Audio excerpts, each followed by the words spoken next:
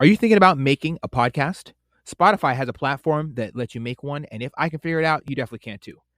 You can create your own content all in one place for free with zero hangups and even earn money as soon as you get started. Spotify lets you record and edit episodes from your phone or computer so you can go mobile, just like I enjoy to do. My favorite thing about it is that you can create video episodes if you wish and upload them to wherever podcasts are heard. You can even set up subscriptions, or if you're like me, listener support options for listeners to help you grow. I 10 out of 10 recommend the Spotify for Podcasters app. Or, why don't you just step over to www.spotify.com/podcasters to get started on your own podcast. Hello, what's up, everybody? Welcome to the Off the Deep End podcast. I am your not so beautiful but slightly muscular host, Eddie. So that's got to count for something up in this bitch. Anyway, today we're going to be talking with someone who I absolutely revere. He is young, he is inspiring, disciplined, determined, consistent. There's a lot of words that can sum up this young man. I'm very young myself. I'm only 27 years old, soon to be 28 in June, but there's something that can be said about looking and learning from the youth. Doesn't matter what age, you can always gather something special from someone who has less years on this earth than you because they're different from you. And I think that's something that especially a lot of the boomers really fucked up on. They don't like listening to other people. But I learn most from people who have less years on my life, on this earth than me.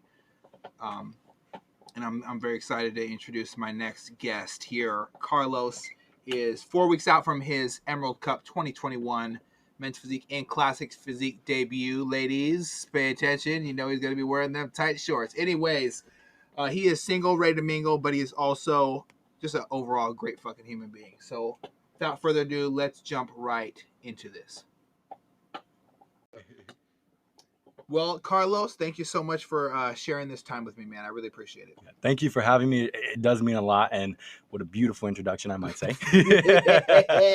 Normally, I don't record it with people right in front of me because it's kind of awkward to talk about someone that's not there. But anyway, let's just go ahead and start this off with a little bit of background about you. Tell me your age. Tell me, a lot of people know you through fitness, but a lot of people don't know about your life. So why don't you tell me about kind of how you started your life and where you come from and how you're raised? Yeah.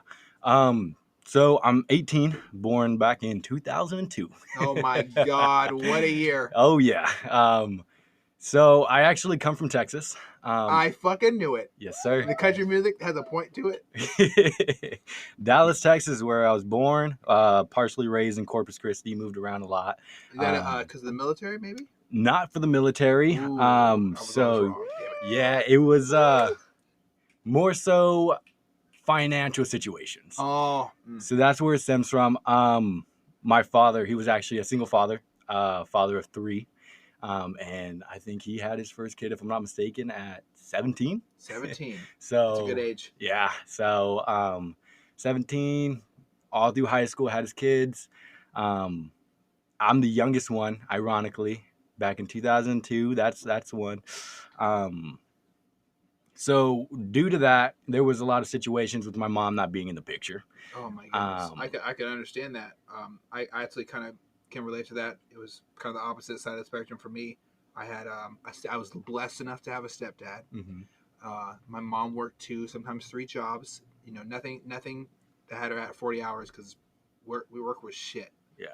My childhood for my mom, she did her best, but my dad was not around. And there's always that kind of weird question of like, well, why the fuck aren't you here? Did you ever experience anything like that? So, and I get asked this a lot, especially when I do open up about stuff like this.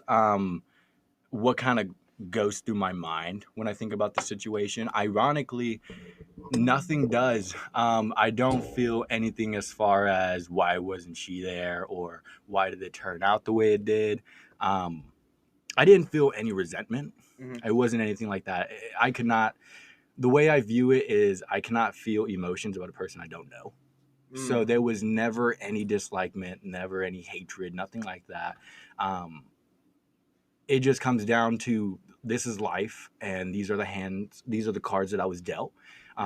So rather than complain and try to focus my energy on something I cannot control, something that happened way back when before I was born, I'd rather just move on.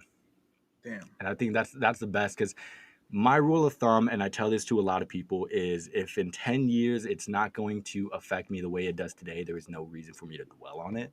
And seeing that I am not sitting here reminiscing and sad about it today, I know in 10 years I'm not going to feel that same exact way. I'm not gonna be upset. So there's really no reason for me to have any of those skewed emotions towards that situation. It's a pretty mature and disciplined way to think about that, man. Um, did you like have a higher respect for your father because of this? Like, Oh, obvious, hands I'm down. pretty sure the answer is yes. Yeah. So, and listening back, because I don't know the full story, but from what I was told from different relatives, from him, he sacrificed a lot. So there was a point during, foster care, because custody battle, where we actually, all three of us had to go stay with my grandma. For like a year, for him to get back on his feet, for him to get everything situated. And what I came to know later in life was that at points of time, for him to just survive, he had to like sleep in like a U-Haul, those moving places, where you just store all your stuff. So he had to do stuff like that. Storage compartments. Yeah, storage compartments. Containers. Like he had to do stuff like that at times just to be able to get back to his family. And that's why I have so much respect for him as a man, because he could have been in that predicament so young. He had all his life. He could have been easily like, hey, child custody. Like somebody else can take care of him. But he took on that role. He took on that responsibility and was like, hey, I'm a man. Let me man up. Let me take care of this whole situation. Let me take care of my children, rather than going the easy route and just being like, well, this is the easy way out. Let me just take this option. So that's why my respect for him is unmatched to this day by any man I've ever met. Jesus Christ. Because of that sacrifice he made at a young age to man up and take responsibility. And when it comes down to stuff in my personal life, I always think back to that. And I just think like I have to do it, because if I grow up and I don't live to the fullest of my capability and do everything that I know I can do, then why the hell did he do it way back then? That is honestly the most ridiculously powerful thing I've ever heard, man. Props out to your dad. Oh goodness, it makes me so emotional to hear something like that. I've never heard anything as just as pure. I always think about what the ideal father would be, and the type of father that I want to be for my future children. I'm doing a lot of things right now to set myself up for success. I'm about to have a house that I plan on passing to my kids, and buying a different house in the country, not in the city of Linwood, even though I love it. But I plan on setting my kids up for success so much that they don't have to have these questions that I had as a child, and I always think of, oh man, I had it so bad as a child, but like to think of the things that your father, how you just talked about your dad, he kind of sounds like a hero, and I think that's what every single father wants to hear. If he heard this, I'm pretty sure it would bring him to tears to know that you recognize what he's done. It really hits home on so many occasions, because as the guy with the daddy issues, as I call it, it's kind of tough for me to hear something like that, because, and not from like a point of jealousy, but a point of like, it makes me question, like, what type of father did I have? And I all I can do is, when I ask myself that question, what type of father did I have, to not do those things to be in part of my life, I think, wow, you had a cool dad, man. Like, wow, he really did that just to be there in your life and to be a proper father, and to put bacon on the what do they call it? Put bacon, bring home the bacon. Bring home the bacon. What? Sometimes you have to. Sometimes I've had tough times where I had to go steal that fucking bacon. Yeah. In life, from life, not literally, but I had to go, get things in a matter that's not, properly looked at by society. Yeah. But it's so amazing to hear that about your dad, dude. I wish I could shake this person's hand, and I probably just fall apart shaking his hand, because he sounds like the coolest dad in the world. Yeah, he really did that, man. He did, and he stuck through for the longest time, and that's what amazes me, because me being very young, still having till 18 years to be out of the house, like he stuck through the entire way, and he was there. He man up. He had all this stuff, and he put all of that aside just to prioritize this situation. And on the flip side, I mean, I can see it from your perspective as well, because as my mom not being there, I can view it as, okay, well, why didn't she do the same thing? Why didn't she stick it out? Why didn't all these questions can kind of just go through my head. But when it comes down to it again, it's that similar concept that I better not think of the what if, because I know that's going to lead to a lot of emotions further down the line that I'm not going to necessarily grasp in any way, and I'm just going to be left there with all the questions unanswered. Oh, man, I don't think this, Can I ask you an honest question? Yes, sir. Have you ever done psychedelics before? One time. I think you did it that one time, and you solved the mystery of life. I've never heard anybody talk about, having a broken family as maturely or as, honestly. Just you're so comfortable with it, and you just embody it completely of not letting your situation. My wife's mom talks about it so much. She says, I told her, Rhiannon, this is a situation that can either make you or break you. And yes. I swear to God, you just said, fuck breaking me. I'm gonna let this situation not even make me. Yeah. I'm gonna just own it, man. And I'm gonna be the person that my father, wants me to be. Exactly. There's so many people in my life that I look at that the only thing that goes through my mind when I'm faced with a situation that I don't know the outcome of, I'm just thinking of, I don't want to disappoint this person. It doesn't matter who it is, what they've done. If you made any type of sacrifice in your life just to better me, I don't want to be in the position to where I could easily just make the most out of myself and disappoint you. I want to, for everybody I meet in my life, I want to be the best person I could be for myself and for you.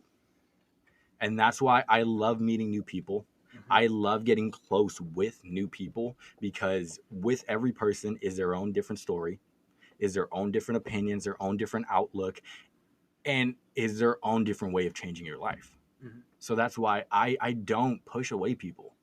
I don't care who you are. I want to get to know you. I want to see what kind of an impact I'm going to have on your life and what kind of impact you're going to have on my life. Because I know no matter who it is, no matter what situation you're in, there's a way for both of you guys to benefit each other's lives. So go through that entire journey, whether it be short, whether it be long, go through that journey and just see the endless and countless of possibilities that could occur from that situation. So that's it. Really comes down to that. It's the second time I feel like I'm just completely speechless. Just to be honest, it's so ridiculously crazy for me to see something, to hear these things come out of your mouth, because it seems to me like you had this thing that happened before you were born, where all the cosmos aligned and the planets aligned and the cosmos were in perfect structure, and they just gave you this weird gift of wisdom at an age that is unheard of. Like, there's people, excuse me, you're not a kid. It's so disrespectful. I apologize. You're all good. There's people your age. Yes, they're sir. Eating fucking Tide Pods. Yeah. For likes doing on Instagram. Challenges. Doing challenges and things. But you kind of tackled life's challenges, and you said, I'm just going to be the best me. That's all you can do. That it comes down to that. You see, here's the thing, and of course I wasn't born with wisdom. Everybody knows that. With every person that decides to kind of change their perspective on life, change their perspective on different situations, it all stemmed from one dramatic situation that changed it. So if you asked me these questions 2 years ago, I probably would have bullshitted my way into this. I would have created something so just fake. I wouldn't have been able to process all of these, or let alone be able to have my own opinion on these subjects. Is that because you weren't comfortable? Like, tell me why that is. Were you not comfortable? I just didn't have the experience of life. Life didn't hit me yet.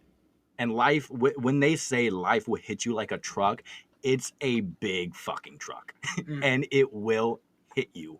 That's true, man. Somewhere along the lines. If you're standing on that train track, you're going to get hit. And I was standing on that train track. And it just recently occurred too. So it wasn't, it literally spanned out. Like my life, I want to say a year ago from today. Mm-hmm. Totally different. I wasn't as mature.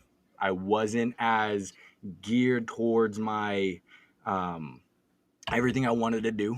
I wasn't like, I had all these objectives that I wanted to complete. I wouldn't do them. I was so unmotivated. And it took one huge situation that completely changed everything. Well, what was the situation? So, I'm sitting there building up. freaking out, man. You gotta tell me. Building up.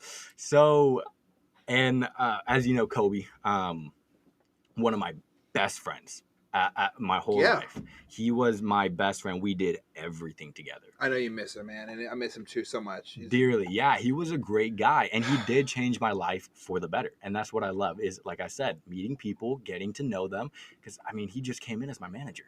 I didn't know this guy. I got a phone call like, hey, yo, we're going to bring this guy from somewhere else, and he's going to come be your manager. I was like, okay. Great. Okay. So I got to meet someone new. Great. Man. Little did I know he's going to be like one of the biggest people in my life to impact me. So we became best friends, and it all happened in maybe like a month or two of knowing each other. I always find that it's so random. Like, for instance, me and my wife, we had this enchanted moment in high school. I looked across the agorium, right, and I saw her, and I was like, shit. Yes, sir. Shit. I got about $6,000 of illegal money. I got about 100 dreams of finding the perfect person to spend my life with. Yep. I'm gonna go wish her happy birthday because she was in a princess dress, right? Do it, bro. She was in a princess dress on her birthday. It was April 3rd, which is right, this Saturday, right? Yeah. So I was like, oh, walk up to this motherfucker. I'm about to tell her happy birthday, right? I got this. Yep. Fucking swag to the max, confidence skyrocketed. Just I had money. Boosting testosterone. I didn't have a car, but I had money. I had $6,000 coming in a month. Yeah, and that's a lot. Hands off money though. Yeah. On top of my normal job. So I thought I was hot shit, right? Yep. I walk over to her. She says, I say, hey, I just wanted to wish you happy birthday. You look beautiful. You know what she said? I don't know you. Walked away. Oh, man, the ultimate curve, man. Yes, sir. It humbles you. It humbled me to no extent. But yep. You say, I got everything. God, man. It humbled the fuck out of me. Yeah. But she was hot, dude. She still is hot. Yeah. I don't know, man. It's not going anywhere. We might be together forever for something. But I was so... God, man. Some people come into your life just randomly, you least expect and change everything. Yep. I did not know who the fuck I was, and I was trying to be someone like you said 2 years ago. You would have given me a fake ass answer. Yep. I felt so fake. I didn't want to be, I didn't want to be a part of my family. I don't care if the fucking cops hear this shit anymore, man. I'll be honest with you. I didn't want to be I didn't want to fucking sell drugs. I didn't want to hurt people. I didn't want to be part of this shit. You wanted to escape. I wanted to have an impact on people positively. Yes, sir. And I think that I found a way of doing it. Honestly, no bullshit. This might sound like the most self-righteous bullshit ever. I probably sound like Joel Osteen right now. I think I found my calling sharing other people's life experiences with other people who they never come in contact with normally. Yes, so you might say something that affects somebody else, and somebody else might call me tomorrow crying about how they listened to the podcast in the middle of the night because they waited on it all day and they wanted to hear about how you had a shitty childhood and how you got through it, because you might raise this person in their 40s or 50s up. Yep. And because they didn't have the confidence back then. No one talked about shit. They swept it under the rug. We're in a generation right now, especially your generation, which is my favorite generation. People talk shit. Everybody always hates on it. Your generation sucks if you're talking shit about another generation. I'm just going to say it's not good leadership. Your generation is amazing because you guys have age of information. Yeah. You have the power of everything at the tip of your finger. Oh, yeah. Right? It's right there. Easily accessible. Why be fake? Be real. Everybody knows. Yeah. They're going to find out who you is anyway, bitch. Like, that's one thing. Yeah. That's one thing I definitely came to learn is if you cannot accept me for who I am, my opinions, my outlooks, then don't accept me at all. But I'd rather you accept me for who I am than someone who I am not. And that's what it comes to at the end of the day. Is I want to be who I am. I don't want to have to think, okay, well, what is that person going to think? Or what is that person going to view me as? I want to be like, well, what am I going to view me as? At the end of the day, if I put all the stuff aside and I try to be someone I'm not, when I die, I don't want to be like, well, shit, I didn't have fun. I didn't do what I want to do. That would suck. Yeah, because you only get one shot. And that is true, people. As much as everybody wants to neglect that fact, you only get one shot. You fuck up, you fucked up. Dude, I've sadly, I could write down literally off the top of my head about 50 instances where I really did not understand that. And I paid the price, dude. Yes, I paid sir. the fucking Yeah, price. That's the thing. And that's when it comes down to going back to my original story as well, is the person I was trying to be so hard got me into a shitty situation. You want to kind of elaborate on that? Yeah. Man? So, and going back to the Kobe situation, Kobe, if you're listening to this, I love you. I love you, bro. I still fucking miss you. Come back. Yes, sir. Do something with my life, please. So with Kobe, best friends. I think I want to say 3 to 4 months of knowing each other, we moved in with each other. And it was due to his situations. Unfortunately, he was going through some stuff. Dude, I have nothing but love for him, and I wish the best for his mother as well. Yep. They're great people. Honestly, some of the best people I've ever met. But we ended up moving in together, and it was the best way I can describe it is think of any show, any movie, any scenario where you see two best friends and they're like 1 and 2. Like they are so connected, they're damn near the same person. Oh, yeah. That was us. You guys were inseparable. Yeah. I think you lived together, you lifted weights together. We did everything. I honestly thought for a second you guys might have wet poop together. We never went that far. Okay. I know some people who are just that good of friends. They're just that close, yeah. No, but yeah, with us being super close, like it was the ideal living situation. Now you take into consideration, he's not only my best friend, he is my lifting partner. He is my coach. He is my prep partner because we were going through the same shows. Yeah. My manager. He's literally my roommate. He's everything. He's your brother. Yeah, he's basically my brother at this point. Like we are so connected within our lives because we work at the same job. We go to the same gym. We go to the same stores. We go to the same house. Like everywhere I'm at, he's at. Like he was a huge part of my life. Mm-hmm. And when he moved to Florida, and which was a great situation, because it benefited his life. And that's what I told him. Like he asked me at one point about like, hey, what do you think about like me moving to Florida? And I said, do it. I said, like, I don't know what situation I'm in because background, Washington, I don't have any family.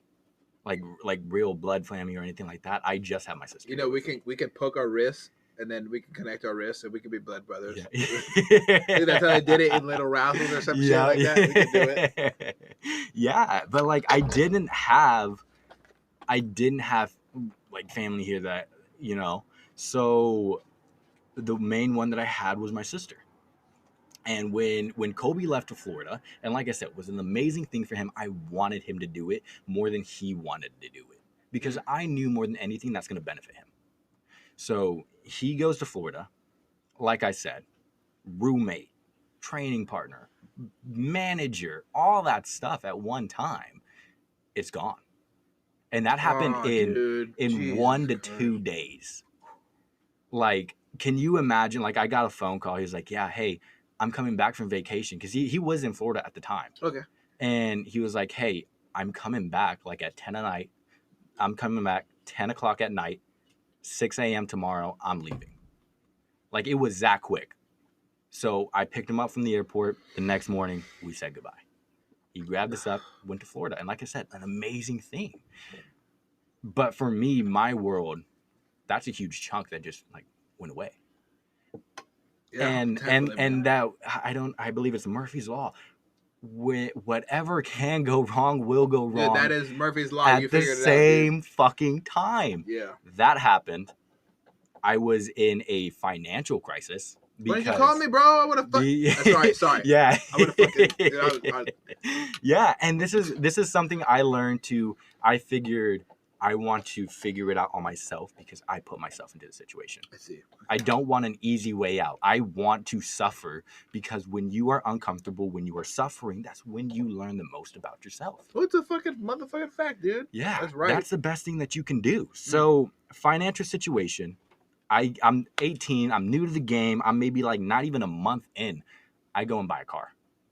Hey, I buy just like in the fucking car. Navy, got the first couple of checks. They give you a military rate, dude. And what they say, Be responsible. You want to know what my interest rate is? 9%. 30. What? Oh my 30%. I did not know anything Bro, about. who sold you this car? Let's go fuck him up. I'm just straight up, okay, bro. yeah, and that's We a gotta huge pause part. this shit. It's who sold you this? Carson Cars, bro. Where's And this I don't at? mean to throw Where him are under they the at? bus No, fuck that. because I Who are was they? so naive at the time. I didn't know what Where that was meant. Carson Cars? 30%. Sorry, fuck With that. technically They took advantage of that shit. 29.9% interest rate. 29.9%. Carson Cars. Which one is this? This I can't even tell you the address. It's just no, one say, in. where'd you go? Everett? Yeah, Everett 99. I guarantee. Who? Do you know the name of the guy? I don't, You unfortunately. know what he looked like? Nope. I'm gonna find his ass. But here's the thing, and it Car sucks. salesman is a shitty. I'm still in that God situation, damn, man. but it leads to a huge door in my life. Okay. So keep in mind, I got this interest rate, 29.9% interest Fuck rate, that guy. and it's looking at it now, I'm like, you dumb motherfucker. No, not you, him, dude. But You yeah, hustle, okay, bro. It's both. fucked I up. did, and that's that thing that your parents tell you, they warned you about, like, car salesman, man, and I neglected it because in my mind, I'm like, I got some money in my pocket. I can put down this down payment. Let me do this real quick. I'm like, I'm balling, baby. I got this. Yeah. I don't got it. And that's the thing I come to realize. Man, I'd laugh more, but yeah. I'm heartbroken for you. Yeah, and that's not even the worst part. So that I'm gonna give you a little bit of a money stuff in that. So $300 with a month isn't too bad. No. Being a male under 25, new to the game with license, the I word. Insured. Oh God. Go ahead and guess. $600 a month. Well, you're pretty close. Damn. $500 a month. So I'm doing 500 on top of 300 That's 800, a bro. month. Just to drive down the street to work. Dude, and that's something I realized. I realized that now. I'm like, I could have bought a car off of fucking Craigslist and done the same shit. But in my mind, I'm like, hey, it's a Jeep. I'm gonna ride around. People are gonna see me in a Jeep, bro. And that's when it came to when I had to really switch my mindset from how people are gonna view me into how I want to view me. I don't even fucking like Jeeps. That's the thing. I know. That is the one thing that looking back, I'm like, if it was a whole different person, I just kind of want to slap them. Because it's like, this is not something that you are totally invested in. This is not something that profits you in the future. Like kind of like a 5-year decision kind of thing? Yeah, you are spending $1,000 a month on a car that you are not happy with. So that situation, and then like I said, with Kobe leaving, us being roommates, you can see how that's a financial situation. That's a fucking Thankfully, he's a great guy, and he was still paying portion of that rent. Yeah. Because we still had that lease. It was still under his name. He wanted to do the right thing. So I'm left here paying rent. So I'm easily spending $2,000 in bills a month. Dude, just on those two, $2,000 a month. Keeping in mind, I'm getting paid minimum wage. Dude, it can't happen, bro. $2,000 a month, not on top of bodybuilding. Bodybuilding is an expensive sport. You're spending so much money on food. You're spending so much money on supplements. You're spending so much money on gym. You're spending so much money on gas to the gym. Like, it's such an expensive. Gym is the killer. Yeah, it's such an expensive sport. I'm doing that on top of that. On top of, I have a dog that I have to provide. Oh my goodness, you have a puppy? I have she is going to be 3 July 28th. Oh my goodness, we should have a birthday party for puppies. Yes. You should come over here, and then we should have a birthday party for puppies. It's gonna, and I'm excited. My wife was hammering me for having a birthday party for my puppy, right? Mm-hmm. And unfortunately, I was naive, I was ignorant, I was stupid, and I didn't think it was a good idea. Oh no. You know what? She actually has convinced me that it's important, and we have to have makeup birthday parties for our puppies where we have to celebrate, just puppies. Man. No, just puppies. Literally. Just puppies. Everybody I know that has a dog, bring your dog. Yep. We'll have treat cupcakes. Yep. No fleas, please. No fleas, please. Rabies and fleas are not invited. You will get kicked out with the dog. If your dog looks like it has rabies, I'm sorry. It's gotta out. go. It's gotta out. go. It didn't make the list. But I think it's important. Like, I learned a lot of lessons from her, and having. We should celebrate your dog's birthday. Oh, yeah. And that's one of the things that in that time frame, because like I said, I have no family. My best friend just left to a whole different state. So there was a girl I was talking to for 10 to 11 months. Mm-hmm. I want to say 1 to 2 days after Kobe left, she split. Ugh. At that time. Oh my and here's God, the thing. She's an amazing person. She's a very amazing person. I think we both know who you're talking about. We're not gonna say the name, of course, man. I don't think we do. But and I'll get into that. Okay. I'll get into that. Okay. So she was, because not a lot of people knew. My family didn't even know until, I want to say, 3 weeks ago. Okay. And this, yeah. So, but an amazing person. It just wasn't a good situation for us. Yeah. Because it is long distance, and I understood that. Oh, it was just okay. Yep, it was just the timing of everything. Because my best friend split. I hit all these financial crises. Girlfriend splits. Was she back in Texas? No, she was here, but she's like 2.5 hours away. Oh, and so my it's goodness. like I can see her, but she's still very far to where it's not going to be a constant trip. Yeah, man. And so I know how that is, and man. that, of course, that's never a real good situation, especially with me being super busy. But with that situation right there, I mean, I'm dealing with 3 whole huge things at one time. Mm-hmm. And I didn't necessarily. It can be overwhelming as fuck. It was extremely, and especially because I had no one. No one here. I didn't have family. I really didn't hang out with anybody because my real only best friend was Kobe. Of course, I have other people here. Like I have Jose, I have Miriam. Shout out to you guys. But those were it. Those were 2 people, and that's it.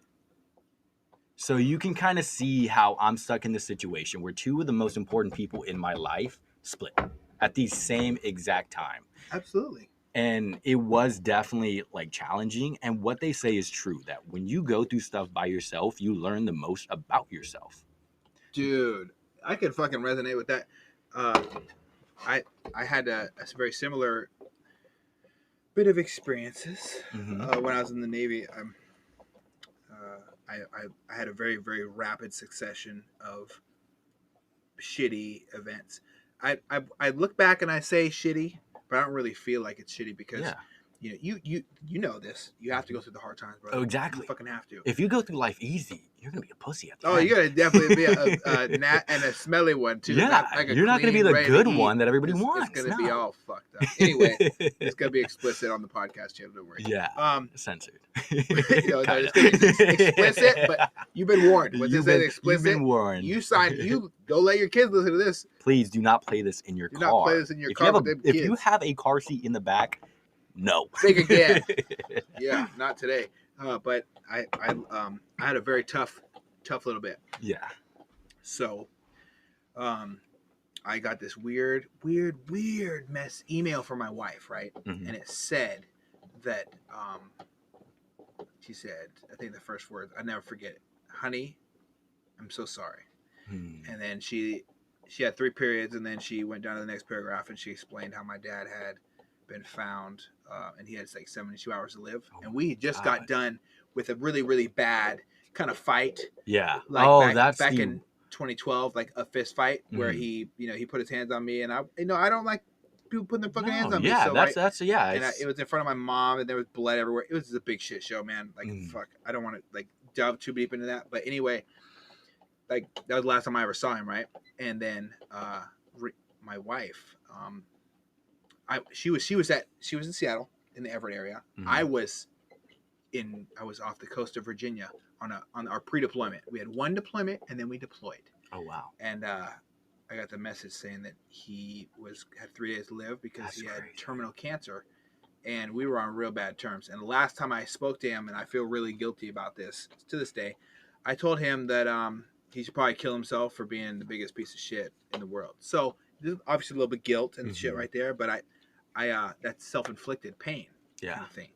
But you think about these things, and I had a bunch of horrible inspections with these high-ranking officers right at the same time, and I was like trying to get through this. Everything's going down. I'm trying to think. Yeah. I'm trying to think of thought other than guilt, regret, sadness. My dad's dying, and like my dad's dying was the last thing on my menu. Right? Yeah, because you first had a lot it was guilt. What the fuck did you say? Why are you a hateful person? Mm-hmm. Are you really this big of a piece of shit? You told your dad to kill himself, and like, it starts going through your mind, and you Yeah. start thinking about it more and more, and you start creating those questions in your and mind. you spiral, and it's a very toxic snowball effect, right? Yeah. It's like I would call it the black snowball effect, even though I love black things. I'm I'm not racist, I swear to God. Anyway, but it was horrible to think of that moment. Like the last thought of mine was, oh fuck, my dad's dying, and I told him to kind of kill And himself. that's what you That's said, how he yeah. thought. That's the last words came out of my mouth before he died, was you should kill yourself. And you didn't have any chance. And to I didn't have contact any him. chance to like fix it or anything. That's crazy. And so I think about these things, right? Kind of how you talked about having lessons through the things you made. Yeah. I would say on amount of mistakes, I've made one severe mistake, and I think it would be telling him that he should probably kill himself. That was I don't think, because at the same time I wanted to kill myself. You know, like having suicidal thoughts and shit it comes with guilt, usually. Yeah. And from my experience walking people off the ledge as well, that these negative things, they have such a beautiful lesson, and a lot of people can't see that bright side on the other side. No. That bright lesson on the other side. Like it's like, okay, so the way I can best describe that feeling and that situation is if you're turned one way and everything in your point of view is dark, and you don't take that effort to turn around, you will never see the sun. You will be stuck looking at a wall instead of turning around to the bright side. You don't know what's behind you. You're not taking that step, that initiative. You're focused and fixated on that dark side, that dark wall. And that's the unfortunate part. And there is beauty in every situation.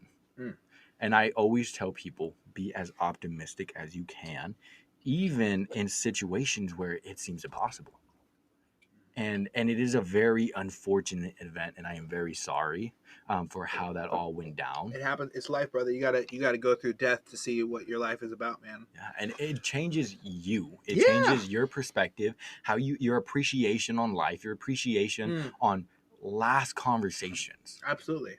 Because, and that's the thing, with regret, I can say I don't regret any decision I've ever made in my life. No matter how bad, no matter how good, I don't regret anything, because that made me who I am today.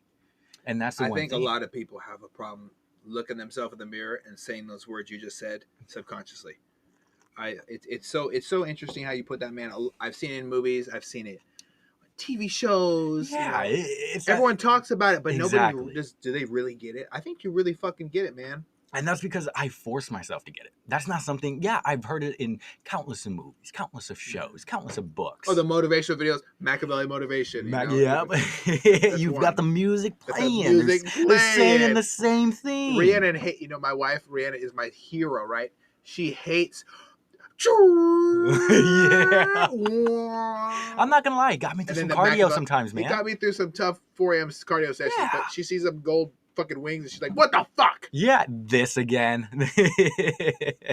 And yeah, for sure, like stuff like that, where it's so overplayed and so talked about. Like, you will, unless you go and you walk that journey and you step your feet onto that gravel and have those battle scars imprinted on you for the rest of your life, you will never experience it firsthand. You can always hear about it, but you will never grasp the true meaning of it. And that's why I am so thankful at a young age of 18 to be able to experience what people don't realize until they're 35. You're not 20? No. Jesus Christ, dude. And that's the one thing with this situation. It made me grow up, because I am in a house alone with just my dog, fucking shit ton of bills. I got to man up and pay my dues. I have to get down. What I was doing, and this was my routine for 6 months at a time. Are you ready? I would wake up at 6:30 a.m. I will cook my stuff, prep it out. I will go straight to work. I will get off of work about 1 o'clock. I will go home. I will make sure my dog is taken care of. I will prep my stuff for the next half of the day, like my gym bag, my food, my everything. Maybe get 20 minutes of rest. Go to the second job. I will do that until 8 o'clock, where I get off. I go to the gym. I train for 2 hours. I get off. I go home. I prep food. I think that's the... I did that. The asshole, but man, that's the best. I think the best times of my life have been completely my schedule has been overloaded. Yeah. I don't know what to do with my life. I'm fucking covered in discipline juice. You're like regimented, sweat, right? though. Yeah, You you're are so regimented. You're scheduled. I did that 7 days a week for 6 months. How do you feel in hindsight after that? At hindsight, I feel amazing. Can you do anything?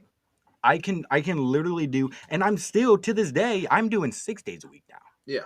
And it got to the point where I took a day off and I beat myself up for it. You sound like David Goggins, man. I had to really, like, of course I wanted that one day off, but then I thought about it. I was like, and I always tell people, time is money. And there's a lot of money to be made. There's a lot of motherfucking So if money, I man. am sleeping at home in my bed for 4 hours, not doing nothing, not getting paid, what the fuck does that say about me? When I could be out there making money. And that's the one thing that was imprinted on me. And money, I tell this to people. Money doesn't mean shit to me. As long as I got enough to get by and I'm able to provide for the people that are around me, I don't care how much money I have.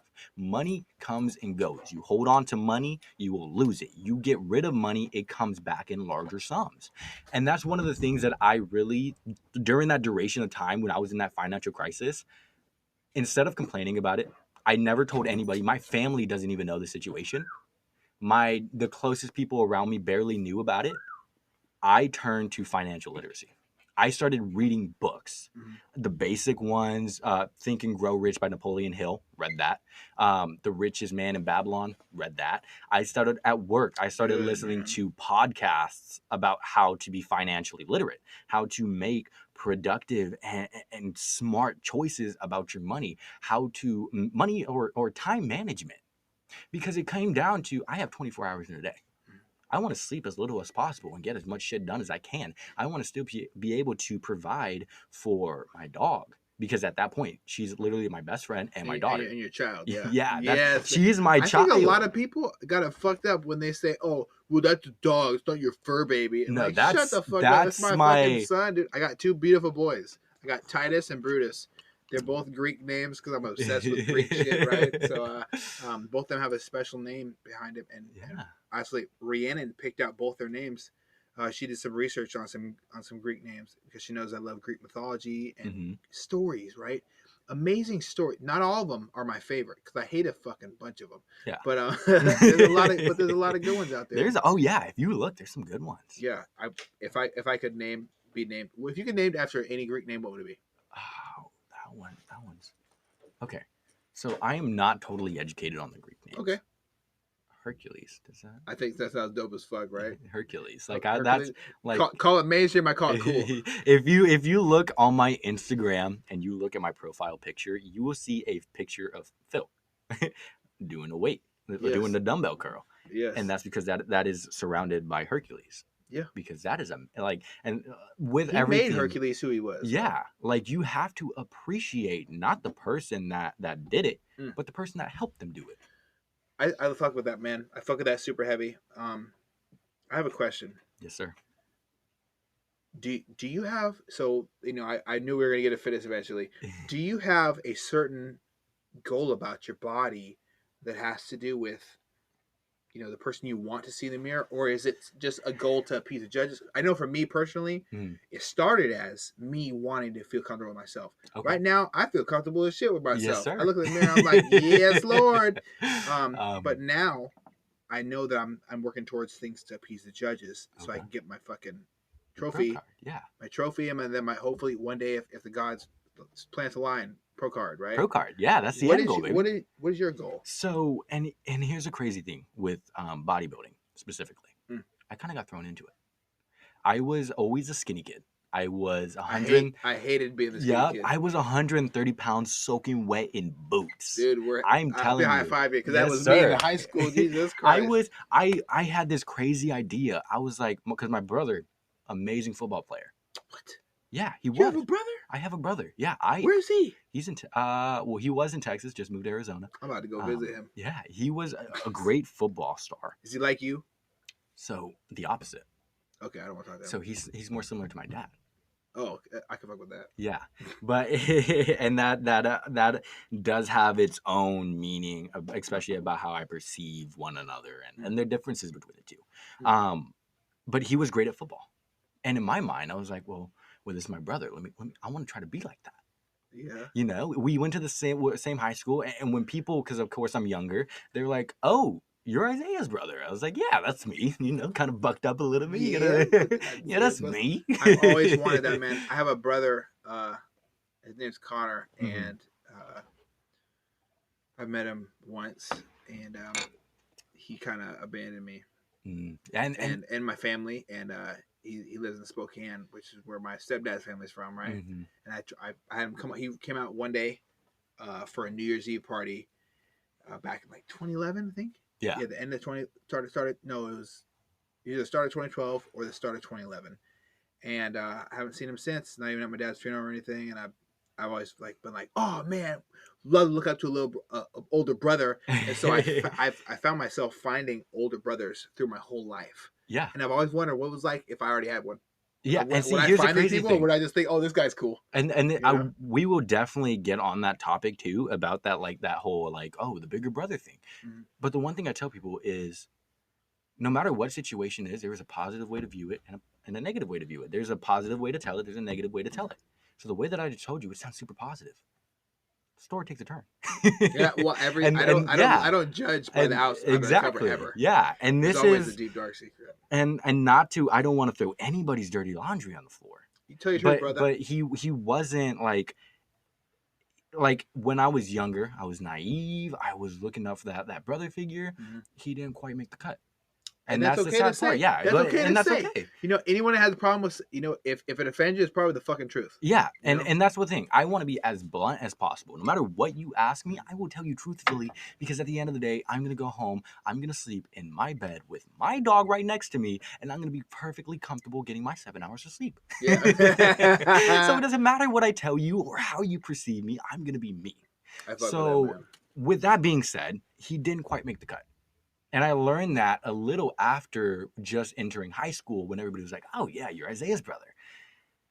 See, the thing is, when I told people I want to be a football player, the people around me, my best friends, are like, no. They will snap you. They will snap you like a twig. You're way too skinny. And of course, I fucking hate that shit. Yeah, I was skinny, but I fucked somebody up. Yeah, and here's the thing. I don't know about now. I'm a lot heavier. I'm a lot heavier. I'm slow now. I got guns. And shit. Yeah. And the one thing that, because at the time, just getting into high school, I was introduced to the weight room, and I didn't notice my genetics and how they were, and how rapidly I could build muscle mass and how developed they were. Oh, it's crazy when you're skinny. How amazing that fucking those muscles show up.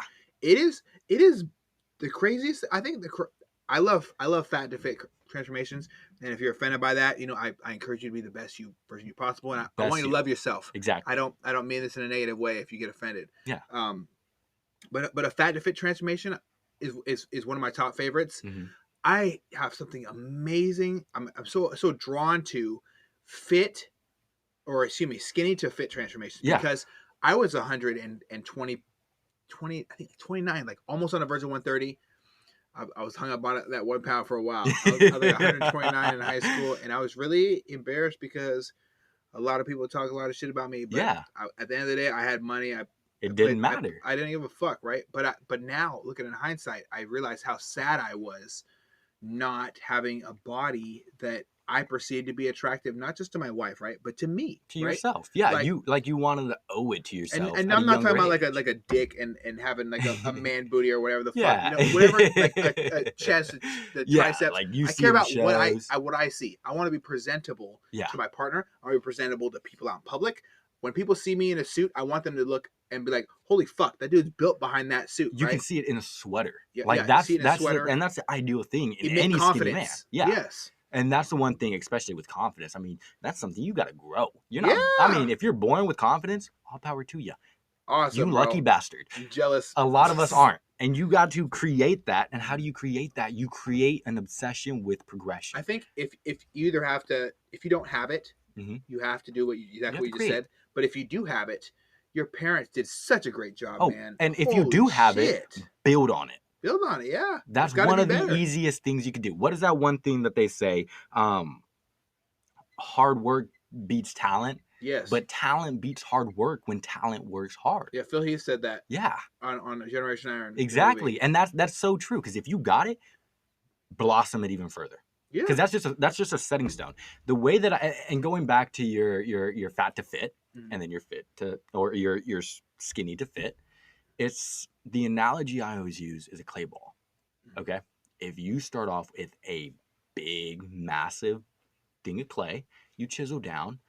That's amazing. Mhm. That's how statues are made.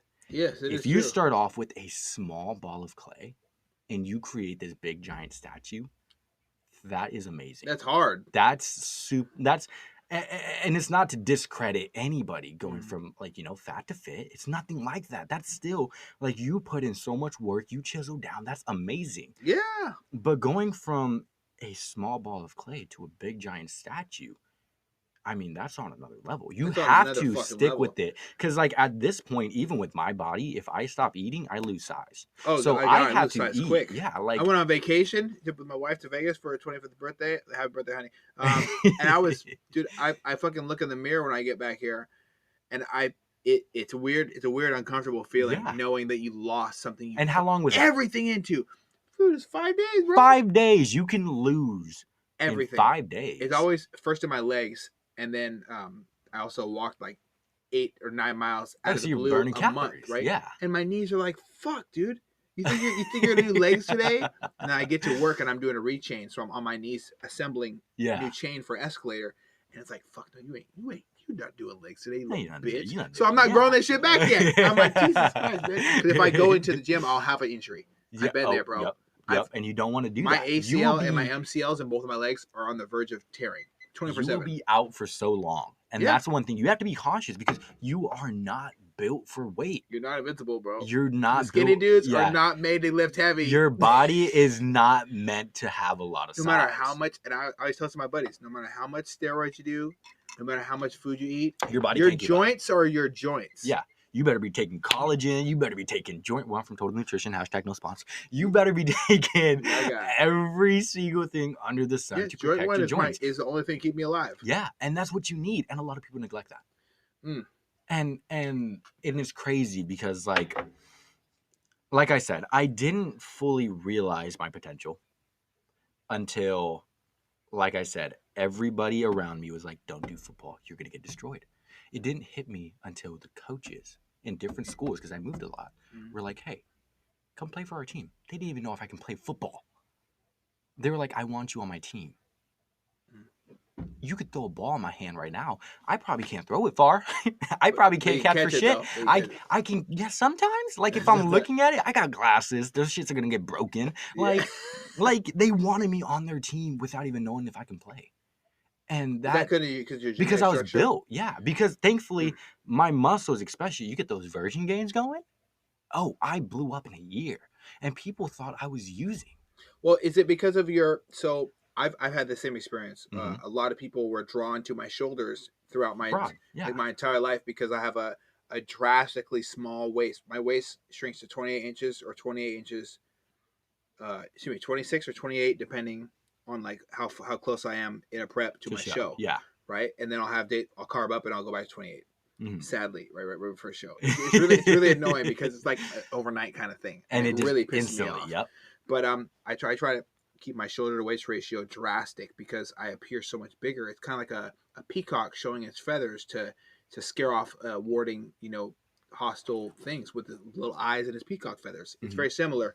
The wide taper, the abdominals, the shredded obliques, everything about your lats, your shark teeth that are right in front of it, the way your shoulders cap, like all this contributes to the perfect body that you kind of have, and you work towards every day as a person in our division, men's physique, but also as a skinny to fit person, you kind of capitalize on those fucking strengths. Yeah. The strength is this: you don't have fat in your body. No. Your muscles ready to rock. Oh yeah. You're ready. I can tell you right now, I can take you, if I still worked in Bellevue, I could bring you to 3 different people. One for a fitness, a sports, underwear model person for a sports company. I can have you diet for 2 months, with our coach Brian. Yep. And have you ready for to look muscular for a weird photo for a weird movie.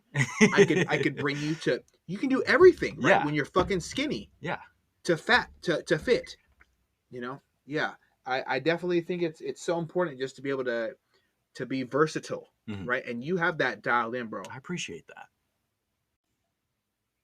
Yeah, I think it's always important to be able to, for me personally, right? I want to monetize the work I put into things. I want to turn it into something that's going to be either make things more affordable for me or make things just free to me. Free is the ultimate goal. Oh, yeah. If you're going to spend money on it anyways, why not be free? The best way to make money is to save money and then put it somewhere else. And I think it's so important for me as a men's physique competitor, as me, as Eddie. Just I'm not a superstar.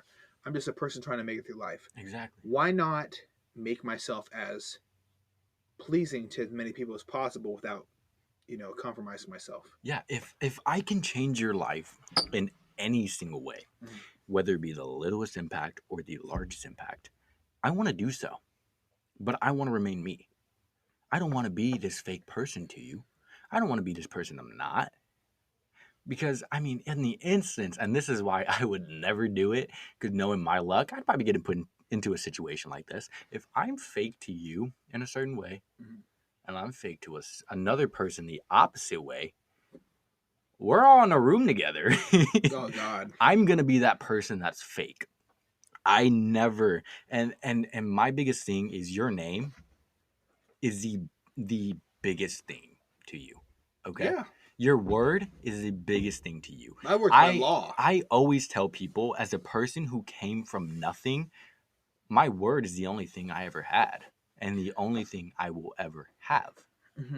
So if I'm telling you something, I don't lie. I have no reason to lie. Dude, I feel the same way, bro. If it hurts you, it's the truth. Oh, fuck! Don't tell that. Don't say that. That's so hurtful. It's because it is true. Yeah, and listen, if it hurts you, and it's something you potentially did, reevaluate it. Yeah, reevaluate. Why does it hurt you? Why does it hurt you? How can you fix it to not hurt you? And if you don't do it, you might be the problem. Exactly, and that's what. Okay, so like constructive criticism, right? A lot of people can't accept it. They view it as criticism. No. You're attacking me. You're making all these mean comments about this and that. No, I'm not. I'm telling you how it is. I'm doing something that's going to potentially benefit you. Because I care. Because I care. If you want to utilize the information I give you, do so. If you want to disregard it and think I'm this awful person, do so. What you do with what I give you and what I say to you is your choice. But I'm telling you how it is to protect you or to benefit you or to give you a new perspective of something you might never seen. Like when it comes down to bodybuilding, if I'm doing something, I've been lifting for 3 years, somebody more experienced than me, more advanced than me comes up to me and is like, hey, why don't you try this out? Try to do it this way because you're doing it like this. I'm going to take that into consideration. It might work for me. It might not.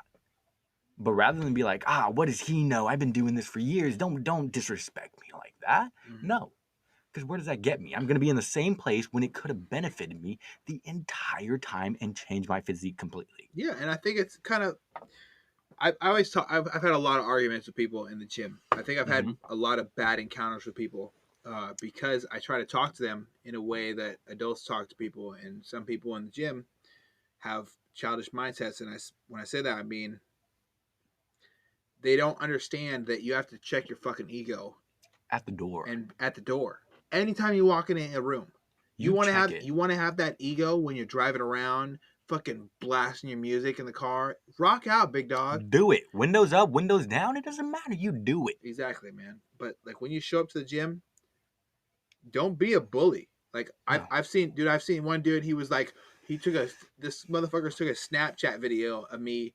So I worked from like, I don't even know, man. I must have been chest pressing the fucking 130s down to like the 90s, down to like the 50s, down to the 40s, down to realizing I fucked up. Drop And I set? dropped down to I drop set down to Yeah. 20s, and then I grabbed the 10s, and I'm sitting there like fucking dying, like tears rolling down my face. And some dude took a Snapchat video of me, and the person I was working out with caught him doing that and fucking spaz, right? Yeah. And I wasn't mad that my boy spaz No. because you don't be a fucking douchebag. And I think a lot of people are scared of the gym, and it's a big problem because they're so insecure about themselves. They want to come to a place to feel comfortable. Mhm. And I'm sorry, but Planet Fitness is not the one.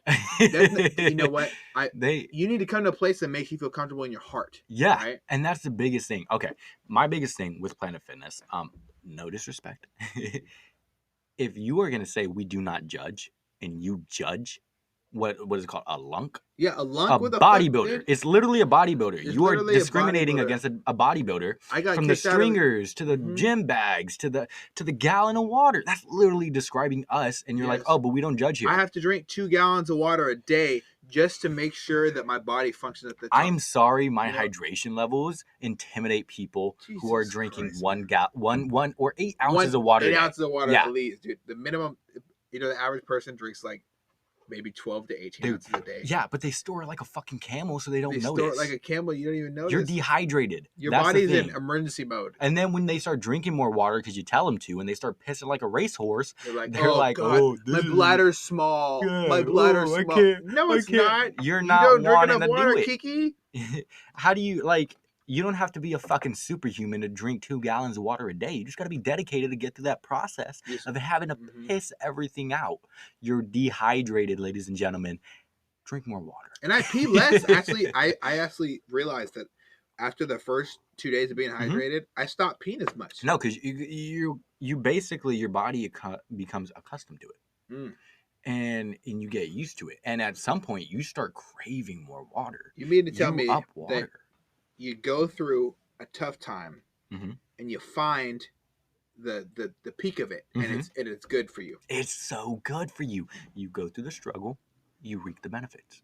You go through the struggle, you reap the benefits. I always find, honestly, this might be a little bit TMI. I think that because I talked to a couple people I was stationed with in the military. Yep. And we used to drink a bunch of water in the Middle East, but we sweat it all out in like no time. So we started drinking as much water as possible, and I find that your body functions, especially as a man. So like when I'm talking to guys that are having issues with having less erections during the day than normal, right? Yeah. This might be way off the deep end, but I don't give a fuck. That's the name of the podcast. That's the name of the podcast, ladies and gentlemen. But if you're having like less erections throughout the day, you need to drink more water. You're gonna have more full erections. You're gonna have longer lasting erections. You're gonna have great. Yeah. Your hormones. You're gonna feel normal, right? Your blood's gonna pump where it's supposed to fucking pump when it's trying to pump something, right? Your muscles need water. They don't want it. They do. They need it. Okay. They need it. When you take in a creatine, most men are a monohydrate creatine with a hydrophilic molecule. It retains water in the muscle. If you don't give it the water, what the fuck are you storing in your muscle? You're gonna take all the water that you intake from the 8 ounces of water. You're gonna take it into your muscle. You're gonna be dehydrated. Your organs are not gonna have enough. Your whole body, your everything. Liver, you're gonna be dehydrated. Your testes are not gonna operate. Yeah. Guess what they're gonna say? Oh, this creatine monohydrate doesn't fucking work. It reacts negatively to me. Boom, bad stigma right there. Yeah. Well, did you take care of your body? It's a false reality, right? Yeah. So, and here's the thing. If you ever give your opinion on anything, no matter what it is, supplementation, no matter what it is, reevaluate your situation when doing so. Okay, well, was I on top of it like I should have been? Well, no. Well, let me not just discriminate against a certain thing and veer people away from it because of my own experience, because I didn't do it right. I think I'm really glad you touched on this, man. I wanted to kind of get into this. So you're what I would call especially in the military, we call this a subject matter expert, SME, right? So you have certain understandings of things because it's your occupation, right? To do supplement things and to do diet plans and things like that for free at Total Nutrition Linwood, by the way. 99. And you actually like to help motherfuckers. I love helping people. And I tell you, when I was there was a short period of time where my overtime got cut and my hours got cut and I was fucked financially. Yeah. Total Nutrition took me in under their wing and they gave me an opportunity to work them as someone to promote for them, right? Yeah. So I go out to businesses, coordinate things, right? And I cannot tell you how much it emotionally shook me to see somebody come come into Total Nutrition and cry and give me a hug. This old lady Mhm. cried and gave me a hug and thanked me for helping her lose 5 pounds. It's the I didn't best know that feeling. impact was available for me to give to the world, man. Yeah. And here's the thing too. Here's the crazy thing. With my fitness journey, I don't want it to be about me. Mm. I don't want to go through it and be like, well, I did fucking amazing. I love myself. No, that's not fucking shit. I don't No. want to go through it at the end of the route and be like, I did amazing. Here's a list of people that I've impacted. Man. I want to, and there's people already, and I'm so humbly blessed to be in the position I'm in because they hit me up and they're like, hey, you really motivated me in this way, and I started working out. I lost 15 pounds. I'm like, that's amazing. There's a lot of special people. There's a couple that works at LA Fitness on Highway 99. She was overweight and he was very, very skinny, and he had back problems. I don't know if you know this couple. She had black hair and he has like brown hair with freckles. I think you might know them. They walk in. Yeah. They come in to weigh in every week. Yeah. She leg presses like a motherfucker. She leg presses probably more than I leg press. It's he phenomenal. wears a back thing because his scoliosis is so bad. Yeah. But they always talk to me in the gym when I was going to that facility of exercise. I would call it. I guess I would call it. Yeah. Now I go to Body Shop. It's my spot. Body Shop Fitness, baby. But these people, they were so helpful for me personally on my fitness journey, right? Because I'm achieving my level of perfection, but I also have to be critiqued by people who have a certain standard looking for. So I have to fit that and that criteria. I'll train for 100 weeks, bro. Like my people think my hashtag is bullshit. I'll train for 100 fucking weeks, dude. You do what you got to do. I did this past 2 years. I've been prepping nonstop. I drank on the weekends. I'm having a drink right now. It's the weekdays, which is kind of weird. But some people, I have to enjoy my life at some point. But I don't. I'll go months without drinking. I'll go months without going on a date with my wife, which really fucks up a relationship. But just for this fucking look that these people are looking for, to meet and a small trophy, so they can say, "Hey, you have the best body." All right, next. See, here's the crazy part about it. Is to a person who is not involved in the sport, who does not view it as an art. Think I'm fucking crazy. A black man in a spray tan. What the fuck? Baby oil this. Motherfucker. Here's when I relate to you on is how you said it creates relationship problems. In my relationship, that was one of the situations. Oh, tell me about it, man. I'm getting closer to my competition. This is a very huge competition that if I do extremely well, this is like limitless opportunities in the future. Like this is a huge opportunity for me. So I have to make sacrifices. So when we go out on dates, I can't have this or I can't have that or my body doesn't crave this. It craves a meal prep. I can't do the things we traditionally do because I have to be regimented. I have to be disciplined. I have to be strict. And that was like months out. Like I'm still a month out. A year and a half ago, I am the same way I am today that I was then. That's sick, dude. I don't like cheating because I feel like it's only cheating myself. I don't crave burgers. I don't crave pizza. I don't crave any of that stuff. Have you ever cheated a relationship? No, never. I didn't think so. Because here's the thing. If you are I would have bet money on it too. I would have bet like every dollar I've ever made in my life to feed my family. Because I'm the provider for my family. Yeah. So I bet every dollar that you were not a cheater because I can sense your energy. I don't fuck with cheaters, bro. Loyalty is the most important thing to me. Does it start with you? Like to yourself? It starts with me. That's why I don't lie to people. And I'm straight up about whoever I talk to. I will not lie to you. If it is a situation that is very important and it's a very, like any situation, I will not lie to you. Like I said, I have no reason to.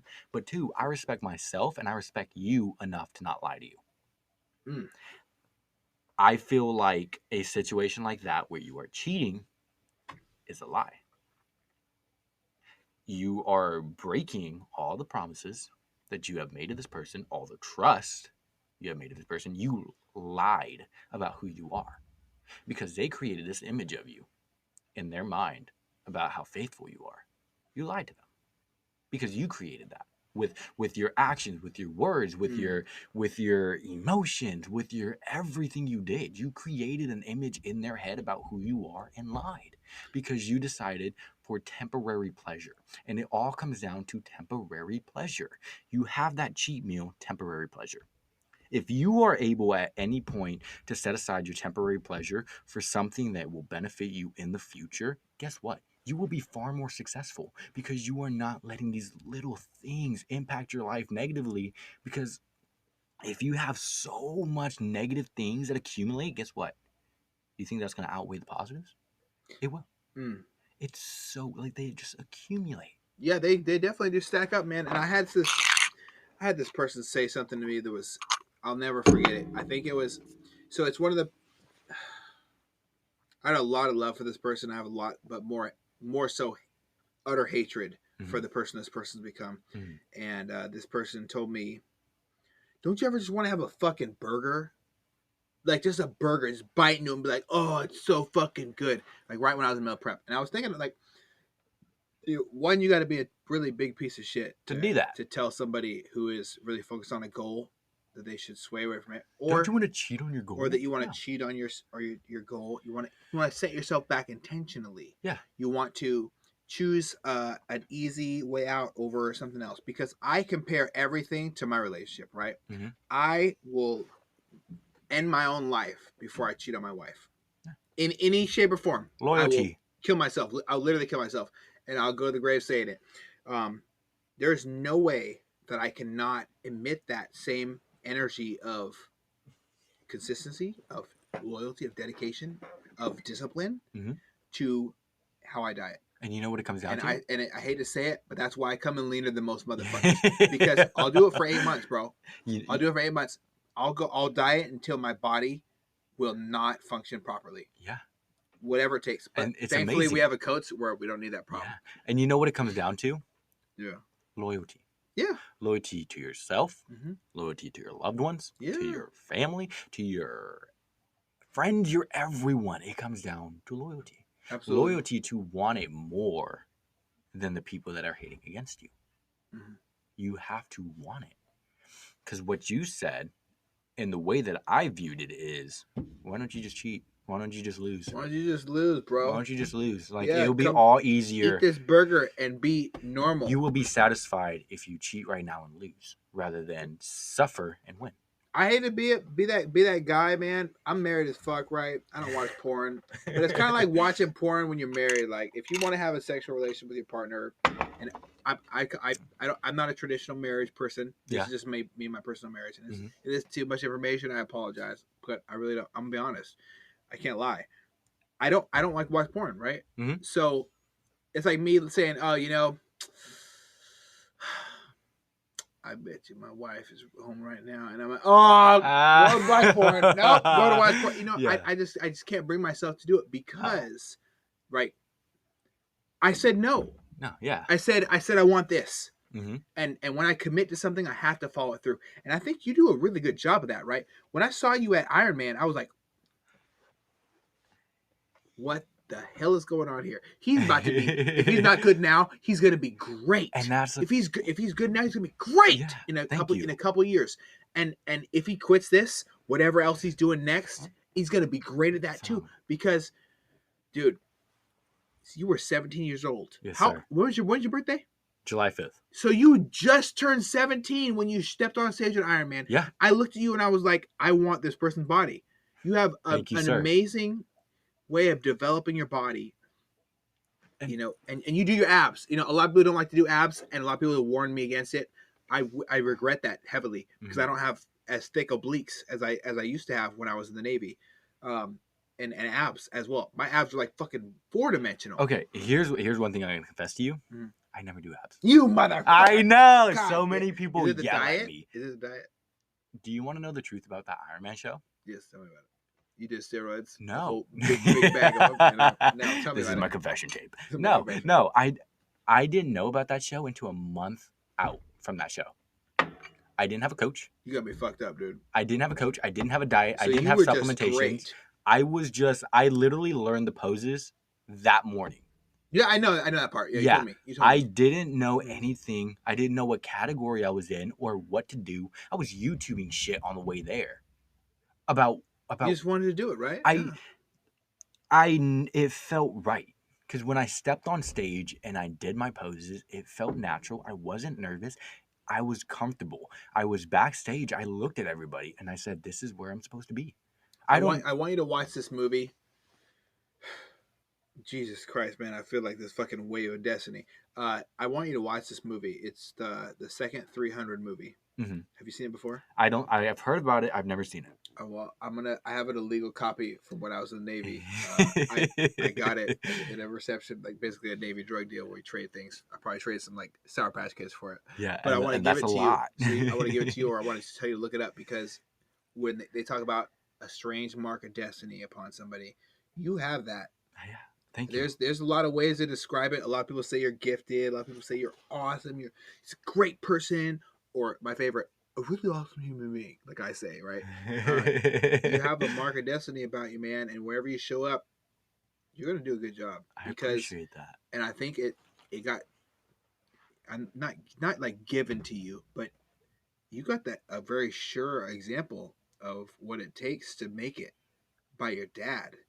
I think this all relates down to what you talk, how you talk about to him. the people who impacted me in my Jesus life, Christ, man. and that's the biggest thing, and not only him too. Like there is countless people out there, whether it be via social media, Mhm. whether watching their videos. Seth Ferosi, shout out to him. He's my guy, man. An amazing guy. You know Wanna be a why? hardcore motherfucker. A hardworking motherfucker, Dude, bro. he's And great. that was and at the time when I was going through all my struggle, and we totally derailed from that. But when I was going through my struggle, I listened to him every single day. His podcast, I still listen to this day about everything he's saying because it's so true. If you want something, work for it. You cannot stay in one spot and expect everything you want to come to you. You are not the center of attention. You have to go out there. You have to work your fucking ass off every single day. You have to be passionate. You have to love it. You have to want it more than anybody else. You have to be driven. You have to go out there and attack your goals because it's not going to come to you. And at the end of the day, that's what I had to do. I think a lot of people think that it's gonna just show up, and I've seen a lot of sad people in my life. Yeah. Like we talk about Tears of a Clown. It's a very interesting song. I look at a lot of people in my life and I see these clowns that are crying, and it's not to be disrespectful. It's just to be honest, man. They're living a life of it's just empty life. Like, oh, who could I be? Oh, I could be this. Fuck that. I'm gonna stay where I'm at. Generational wealth. I hate that, dude. I don't want to look up. Man, I fucking look at my mom every single day, and I wish I was her dad so I could set her up for success. Yeah. It's so difficult for me to look at my mom to this day. Like there's a lot of time where she stops by and she's like, "Hey, how you doing, son?" And I look at her and I try to fight back tears because I wish that I could have been her dad. I still want to set her up. day, yeah, to set her up for success. I Generational wanna wealth. shit out of her dad. Generational wealth. I want to do so good in my lifetime that the people that I don't even fucking know yet that are going to have my blood in them are set up. Yeah. I want to do so good that when people say my last name, I can't even say my last name. Everybody will fucking know my last name. They're going to be like, "Oh, you were related to him?" How do you say your last name, just for the record? I can't say it. I was genuine when I said that. Why? Okay, so and here's the thing. Okay, so background on me. I am Mexican American and I'm Spaniard. I was not taught Spanish, so I am still learning Spanish. Teach some Spanish right now. Repeat after me. No chingues. No chingues. Conmigo. Conmigo. Means don't fuck with me. I knew that one. Yeah. I know all the bad words. Damn it. I thought I was doing something yeah.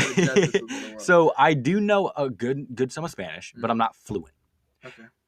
I cannot roll my R's for shit. My last name has 2 R's. And for people out there wondering what my last name is, I'm going to spell it to you. Yzaguirre.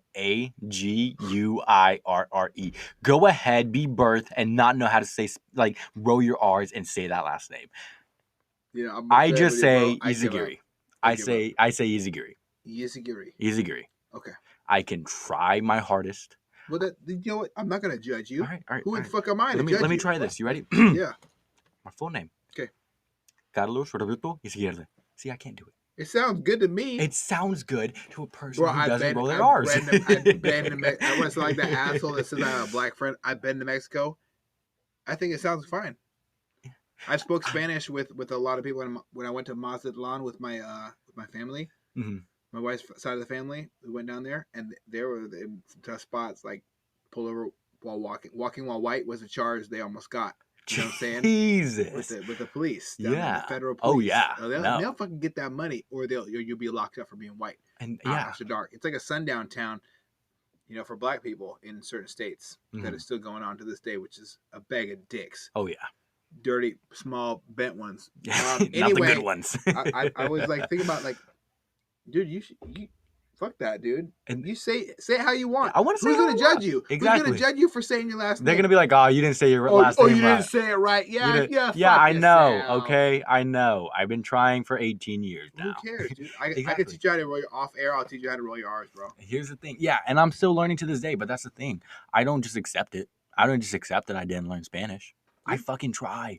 I'm still trying. I listen. Sick. I listen to music in Spanish, movies in Spanish. I add subtitles sometimes, but I try. Yeah. Because, like I said, you are handed the cards you are handed. It's what you choose to do with them. Was your dad always at work too? So you didn't have all the time. You didn't have like someone at home saying, "Okay, this is how we say this." No, because he knows Spanish. That breaks my heart, man. He knows Spanish. Never had time. You are providing for 3 kids. Yeah, you gotta fucking and work, you bro. are. I'm pretty sure he was still a fucking teenager at that time. Yeah. Like I have baby pictures where I'm like, that dude should be in high school. I'm like, that's not him. But here's the thing. He did such an amazing job raising us as kids. Unfortunately, when it came down to me raising myself and becoming a man by myself, because he worked. So just for background purposes, of course. Yeah. Did you get kicked out or did you leave? No, I left. So and here's my background as well. 17 years old, I went into my own apartment.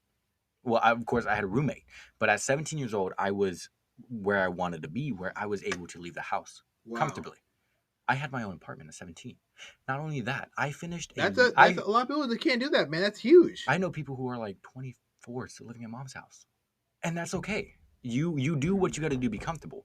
But here's how I wanted to live my life. 17, I moved out of my house into my own apartment. I finished a year of high school. I finished a year of college before finishing high school. I'm an award-winning bodybuilder at the age of 18, and that right there, I am extremely honored and blessed to say. Yeah, you are. My first job, and this is how I knew I was going to be able to work so much. I worked at my first job for 6 months, right? The 3 weeks into my first job, I became the assistant manager there. And my first job, 3 weeks. Like, keep it in mind, it was a Little Caesars. Well, who cares, bro? But I worked so much that they were thankfully like, hey, you want an assistant manager role? Well, you stand out, right? From that role, I became the assistant general manager. And I kept working up. But then I realized this isn't what I want to do. Yeah. So I left an assistant general manager role at 17 to go and start fresh in a field that I wanted to. Supplements. Total Nutrition thankfully took me in. They're an amazing company. Why is that? Because they care. They're not like a GNC. What do you mean? So when you come into our store and during training, this is one of the things they will tell you. You will impact people's lives. You are going to be a badass in your field. You're not here to sell. You're here to impact. They tell you this bullshit? So straight up, in training, like they tell you this. They not say, word for word. We're not here to make sales. Not word for word. We're here to impact people's lives. We're here to change. Okay, well, we're here to spread the movement. Yeah, we're here to spread a movement. We have a board in the back with 12 different things that we want to be every single day we step in there. Do I remember them? Unfortunately not. I remember one of them, be a badass. And that's because God, you're so fucking funny, man. But that's the thing. Like, we don't come in here. You don't come into our shop and expect to be upselled on shit you don't need. If you leave my store and you get shit you don't need, I'm fucked up as a person. The way I view, dude, and that's why I'm gonna straight up, man. I fucking do not like a lot of people in the supplement industry because they'll sell you something, and a lot of people talk about the dark side of the world and bodybuilding, and oh man, a lot of people do steroids. You know, there's a lot of things that mimic the effects that steroids, different types of steroids have on you. Yeah. In the supplement industry, and they're completely legal and they're completely safe and they're completely tested. You know, and I found me personally, right, not as a sponsored athlete, not as a person who is representing a company, me as Eddie, I have benefited honestly from the service you guys provide at Total Nutrition. The scale you guys have helped me smile when on days where I wanted to cry. And you know what? It's sad. I hate to say it. On days where I wanted to end my own life, like I've had really bad days leaving the Navy with separation anxiety. You talked about that leaving. You talked about that. You know, separation anxiety, depression, just not being happy with yourself. All these things, they really add up. And you guys were kind of like a light in the darkness for me. And I tried when I was working there for a short period of time. I felt like the light in some people's fucking lives. And that's our main objective too. Jeremy, shout out to you, Jeremy. You've done a lot. Dude, I appreciate fucking you. love Jeremy. Jeremy's a great guy. Them tight pants, dude. You can sell water to a whale. You can see the dip in the back of the pocket. He's a great guy, man. He's a great guy. What he told us during the virus, the pandemic, be the beacon in the community, the light in the community. When everything is dark and you cannot, like, you don't foresee a bright end result, let's be that beacon that the community's like, hey, I want to positively impact myself because of this. Okay? So that was our main objective. Our main objective during this entire pandemic was how can we benefit the people who are at home, who don't have access to a gym or the weights or anything like that. Thank you for pouring me another glass of water. We wanted to benefit people because we're not here to sell you shit.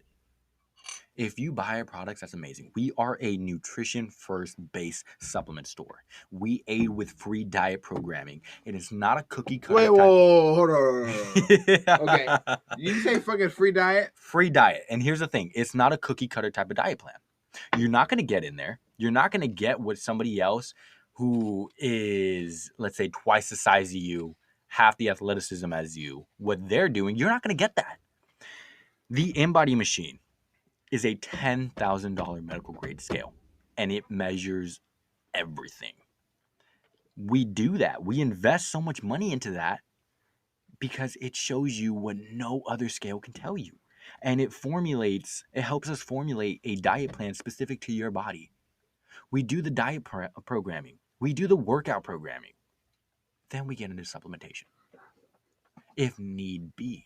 If need be, right? If you cannot get protein, if you are a 200 plus pound male trying to get 1 gram per pound of protein every day, you can't get it from real foods.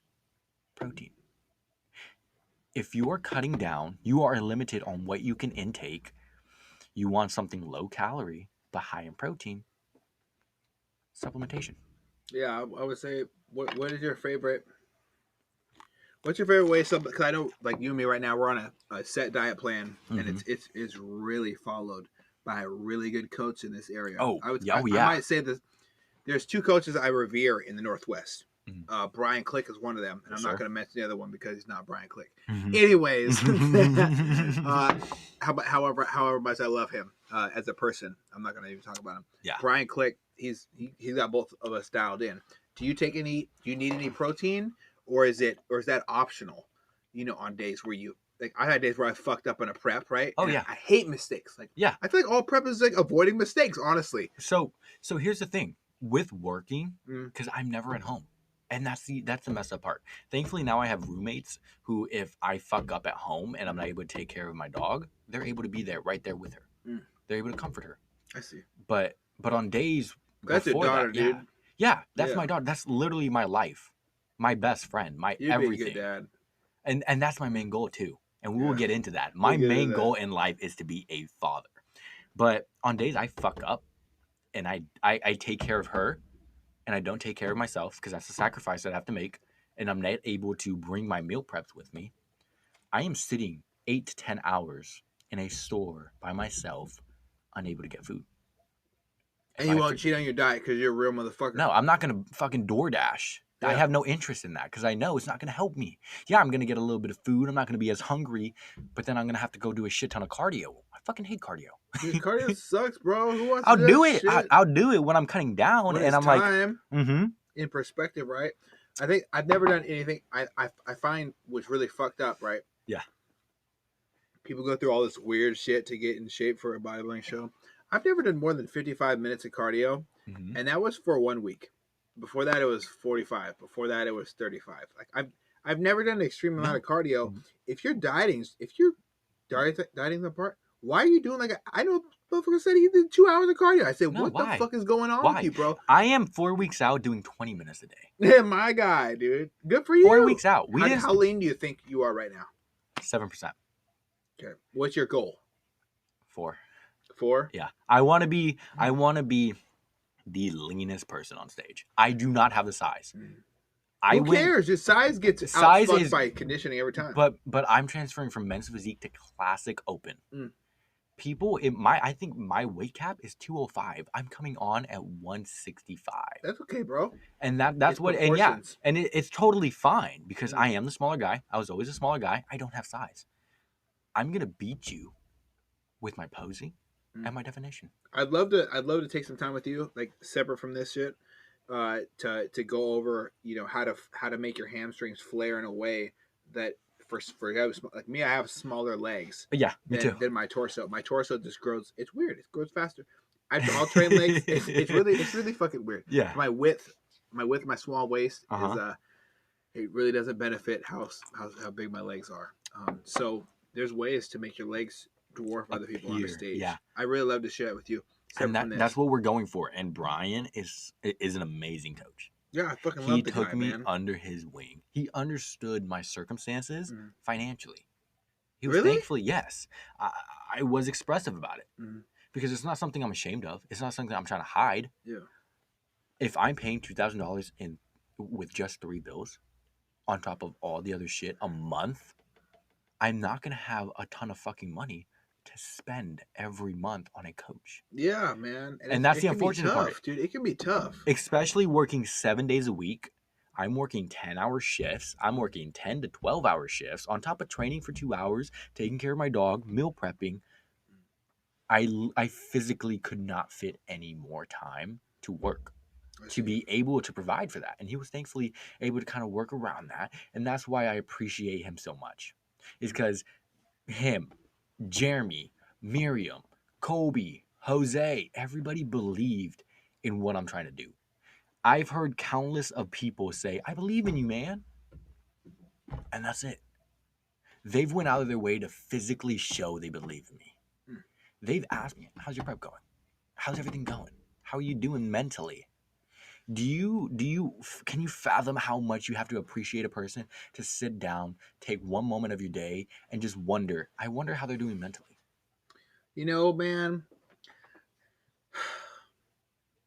the best way I can compare that to you is, and I think this might be a shitty comparison to some people, but I really don't give a fuck. You know how I feel about that. I was in the military, right? So I'd come home from being gone for a long period of time, and I'd come back home, and people would be like, "Hey, come see me." Yeah. I just flew from fucking Virginia. Yeah. That's 3,021 miles. Shit ton away. Literally 3,021 miles. Yeah. I went through turbulence, 7.5-hour flight. Fucking, they told me when I had to pee, they told me I couldn't pee. Like all the whole 9 yards, right? Everything. And I get that because I signed up for it. I'm not complaining. That's about what you signed up for. You're paying your dues. But when I come back home, and motherfuckers are like, "Oh yeah, come see me." Like, I just flew 3,000 miles. You can't drive 4 to see me. Yeah, you can't come. Go fuck yourself. Come to see me. And it's not like a way of hatred. No, but that's the rudest thing you can do to any American serving their country voluntarily, post 9/11 who has the fear of the Taliban murdering their people in a plane, or however you want to describe it. There's so many terrorist attacks. USS Cole, 9/11. I can go down the list. Yeah. There's a lot of instances that inspire people to serve their country. I wanted to serve my country. When I come back home and I have 10 seconds, don't pull me in 100 directions and tell me to come see you. No, here's the way. What the disrespectful ass shit. But it's even more disrespectful. I can compare this to a prep because you're dialed in, right? You're you're 1 month out. 4 weeks. 4 weeks. Oh, it's gonna be good. It's gonna be good. It's gonna be a Saturday. It's gonna be April 27th or 28th. I'm competing both days. I'm gonna be backstage with you. Thank you, sir. For the Men's Physique Day for sure. I'm super excited to see you, man. And that's neither here nor there.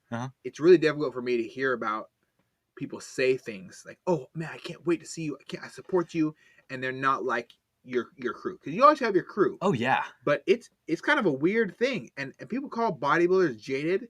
They might be jaded for a reason. They're really putting 110% in it. Yeah, you have to. And you don't see that. All you see is the weird pictures with the spray tan and the lean and the short and shorts and shit. Yeah, you might see that like their little thin like just clothing wear. Yeah. And they're like enormous build. They're tan. It's drastic. But a lot of people make fun of it too. I don't like that, man. I don't, because they don't understand it. People make fun of what they fear. And that's one of the things, especially in today's society. You look at any event that has happened, they make fun of it. Pandemic. People are afraid. They make jokes. I don't think it's funny at all. Like, my mom's boyfriend died from not from. And let's get into this. Let's get into this. I want to hear your perspective on it. Whether it be like conspiracy wise, whether it be I'll be straight up with you, bro. So my mom's boyfriend died from this shit, right? And I always tell people, would you rather be a person who's empathetic, who tries to find common ground with somebody else, who tries to humble themselves, check your fucking ego, right? Just like we talk about in the gym, and try to relate to another person, because at the end of the day, the person in your neighborhood, it's your neighbor. Yeah. I've seen people call others sheep for wearing a fucking mask. You know what? Why? Are your rights so important that you're so worried about another person? Well, I look at my neighbor. I got a neighbor across the street who's 79 years old. Her husband died 4 years ago. He's a Marine veteran in fucking Vietnam. Yeah. And he raised my one of my good friends, Devin. I love you, Devin, brother. They live next door. And he's dead. And she's my next door neighbor. Some Amazon driver bitch hit her fucking mailbox. I went out and fixed it, and she gave me $20, even though I refused. She's a sneaky motherfucker. Put the money in an envelope with my name on it in my mailbox. Yep. Right. And I have a drop box because I don't like people steal my mail. Right? Yeah. So I try to care for my community members.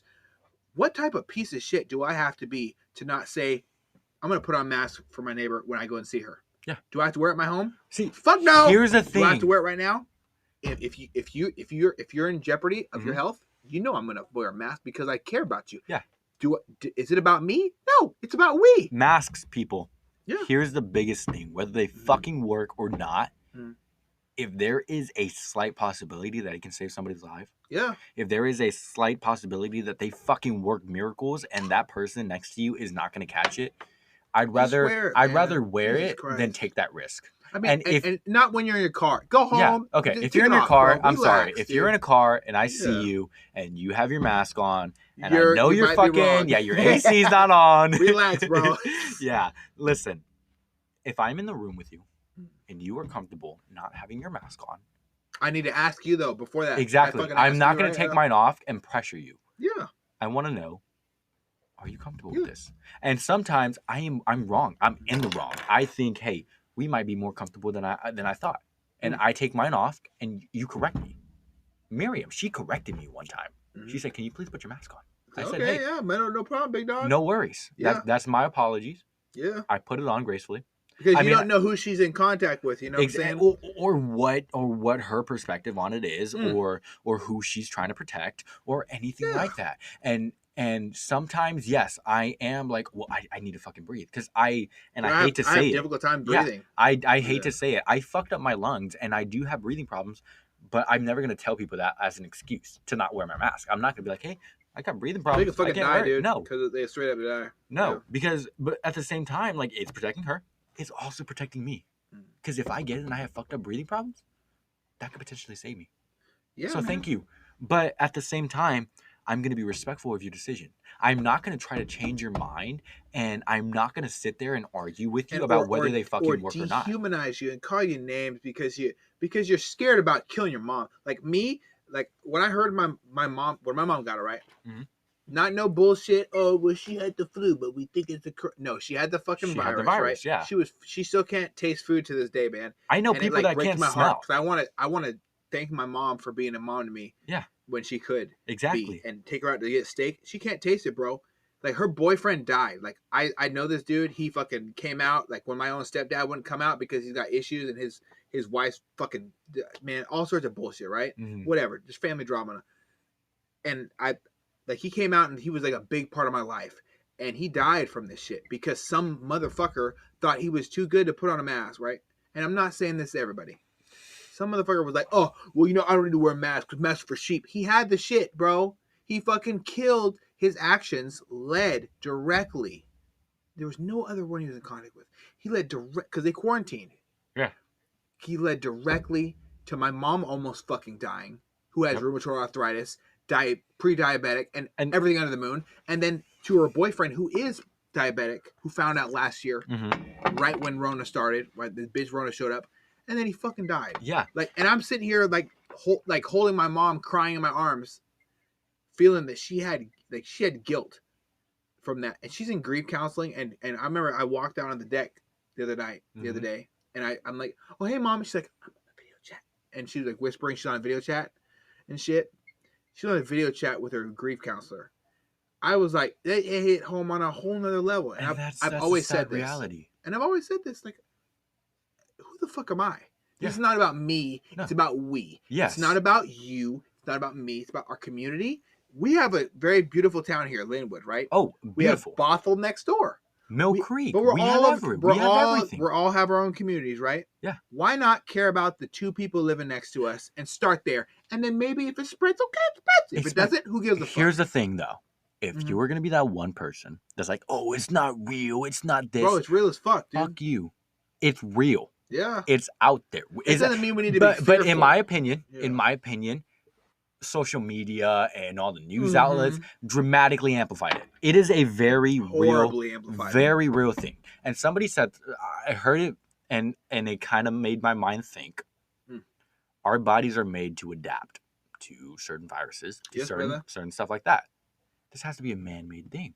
Well, if you listen to, I'm not going to sit here and talk like I'm an expert on it, but I will say if you listen to Joe Rogan and Brett Weinstein, you will hear everything you need to hear about how viruses like this fuck up humanity. Yeah. And how drastic it can be.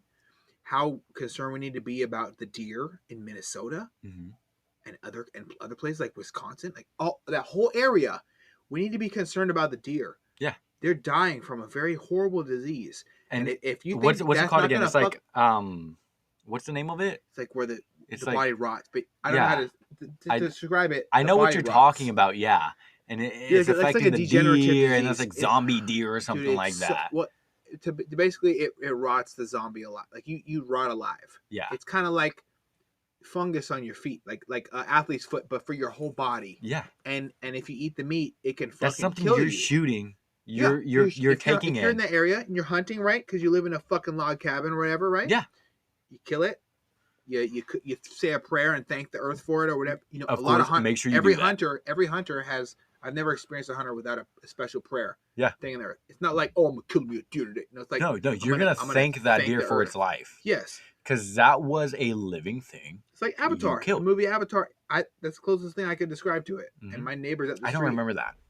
Wait, she thanks the blue movie. The blue people movie. Yeah. I know. I know. You gotta watch it, bro. I have to rewatch it. She thanks the animal for its, for its sacrifice, its life. Yep. So they can eat. Yeah. And I think there's something special about that. Yeah. We lost kind of connection with the earth. Yeah, and that's the thing. And sorry to steer away from the topic, but dude, fuck the topic, man. But yeah, even in relationships, I never give flowers Because I view flowers. You have to tell me about this. I view flowers. Mm. You are taking a living thing, ripping it and killing it, and giving it to somebody you love. I see. You are killing in the name of love. What is your idea of a show of love? I have to know. Of affection, like love and affection, dude, and all just that. Tell me everything, dude. I want to make your deepest imagination of what you think love is come true. If I'm in a relationship with you, I want to be the best me for you. I want to be the ideal person without steering away from whom I am for you. If, let's say, for instance, I'm your first boyfriend, I want to set the highest bar of expectations. Nobody else coming near that shit. Nobody else is going to touch me. And I pray to God, if you find somebody after me, they exceed me. Because that means they did a good job. Yeah.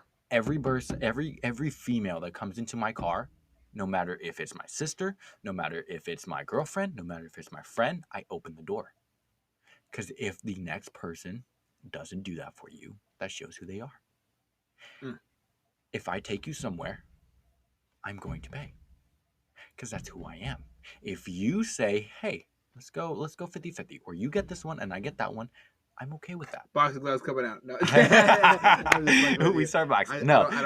I'm okay with that because I'm not going to judge you, or I'm not going to fight you on your opinion on certain situations.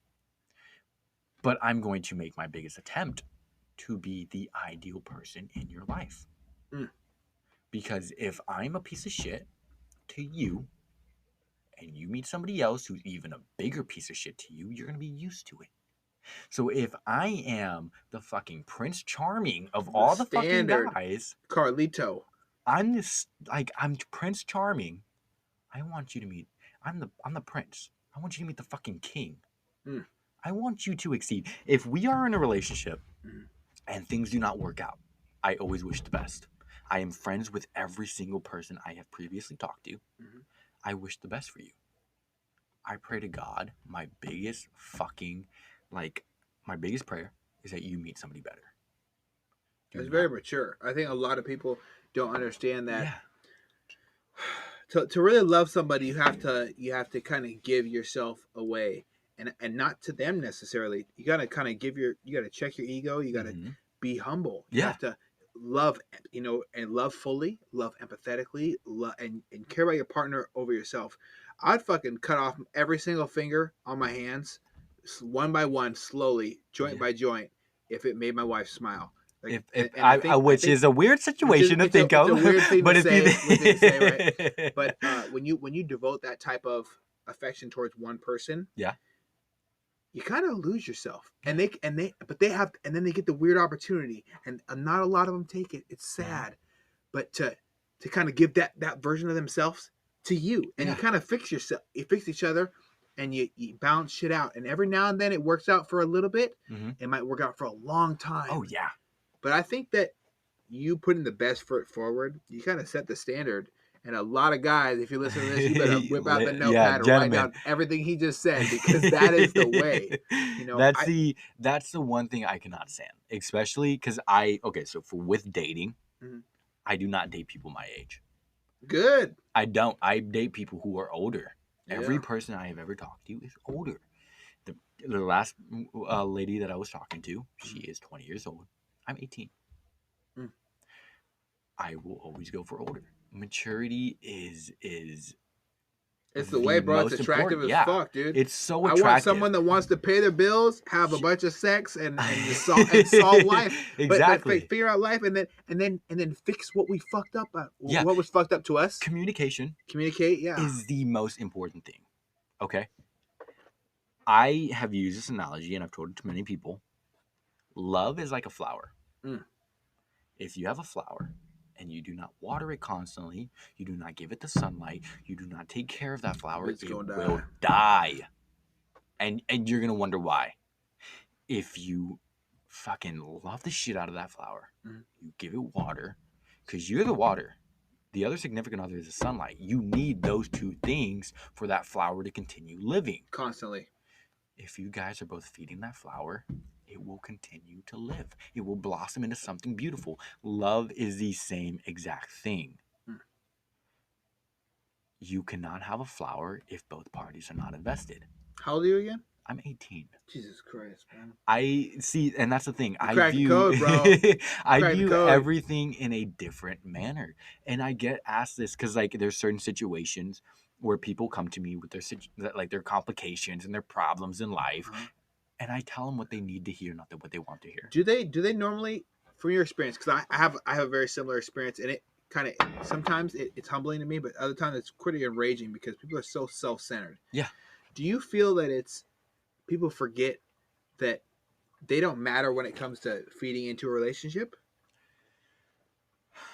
So as far as like showing that they like, Well, like I look at me. So if I'm just I don't even know how to make a real problem.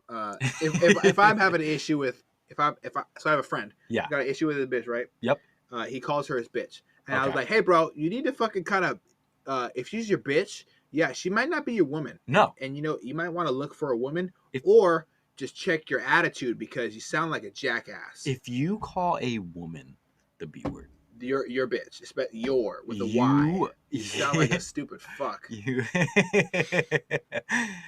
if you call a woman the B word, and I do not call women the B word for a specific reason, it's a completely different thing. It's not cool. It's not funny. It might impress your 17, 18-year-old friends. To a grown man, you aren't shit. Yeah. If I was the father of that woman that you're calling a bitch, you better run the I hands, will bitch. have a fucking problem. Yeah, you about to make my bitch. That's with everything I do. I put myself in the perspective of the father of the woman I am deciding to devote myself to. Mhm. I just recently, the person I was with for 10 months, 10, 11 months, I recently met her father. I shook his hand. How was that? Oh, that was amazing. I shook his hand gracefully. Say, I'm daddy now. No. Okay, I wanted to be as respectful as I can. Was I nervous? Semi. I built my confidence, thankfully, so I wasn't like nervous as far as like trembling on my boots. But you're a great guy. How can you be nervous? Like, you're so like, but you emit confidence when you walk in a room and you're smiling and you're like, I'm Carlos and I care about everybody. And if you don't like me, I still care. The circumstances in which we met were not your traditional ones. Okay, so a little background on how we met. So his daughter comes over because she's, like I said, 2.5 hours away. Yeah. She comes over for the day or for the night. We're hanging out. We're having a great time. As she's leaving, she's going out of my apartments, and a car, a Prius, of course, drives right in front of her, cuts her off. Boom, they collide. Like, hits her car or hits her? No, hits her car. Both of them, like, it's a bad. She totaled her car. Okay. Is she okay? She's thankfully okay. Jesus. I got that call, and when I tell you my heart dropped, my heart dropped. My heart just dropped right now. So she called me, and she was panicking, and she was crying, and she called for me. She told me where she was at. I didn't think once to take my truck. I ran. Like she said, I'm out here. I just ran. You just ran. How far was this? Thankfully, it wasn't far. I didn't process how far it was. She just said, like, I'm out here. Like, you go down from your apartments. I'm there. I ran. I jumped. I live on the third. You're like the number one romantic in the world.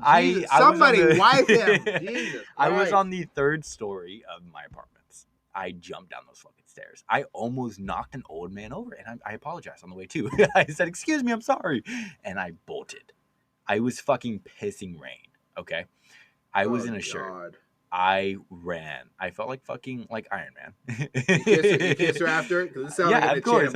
Yeah. Dude, if this was a romance novel, let me tell you this. I could sell this. You could write this in a book, and I could sell it. Yeah. To all the desperate people in the world. Man. Yeah. So that was one of the things. I ran, and I ran for her. So I ran to her. Pissing rain. I saw the car. I saw blood on the seat. My heart dropped even more. I saw all the airbags, the windows shattered, the fucking Prius, those windows were shattered. I saw they ran because when they hit into another car.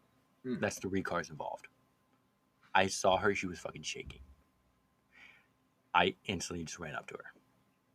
And I know at that point in my heart, I cared so much more than I thought, that I can fathom. It was on a deeper appreciation for her. When you are close to losing something that you have so much love for, you appreciate it so much more. And I know everybody says like, "Oh, you're only 18, like you don't know what all this stuff means." Bro, fuck No, those fuck people. that. Fuck that. My appreciation shot up. I was just so thankful that she was okay. Thankfully, it was just her hand. She had split open her hand, I believe, from the airbags, and it was a deep gouge where she needed stitches. And Stitches suck. yeah, and I didn't have any intention on leaving her side. So we called the cops. Ambulance came. This was maybe a 2 to 3 hour process, okay? Mm-hmm. The ambulance came. She, for the life of her, didn't want to get stitches. Stitches suck, which man. I completely understand. But no, I wanted to be right by her side the entire time. Yeah. And with that happening, she can't make it home. Like I said, she lives 2 to 3 hours away. Yeah, bro. I had to be there. And not even for the purpose of like, oh, well, now it's my responsibility. No, I wanted to be there. So I take her to the hospital. Keep it in mind. Side note, I got a truck that was hopefully going to help me out of my situation financially, you know. This truck I had the most fucking faith in. So I bought a truck, and I still got the Jeep. So I bought the truck. I take her in the truck. I drop her off at the hospital because of COVID. I'm not allowed into the back. Which is a bunch of... Yeah, it's really difficult she for me to said, they stomach said, that "Who shit." is this guy to you?" She said, "Boyfriend." I said, we looked at each other after. We said, "You should have said brother or something like that," because they would not let me back in because I was not family. God damn. And I know through her mind when she just went through a fucking traumatic experience. Yeah, she Like, shook, that's hard. dude.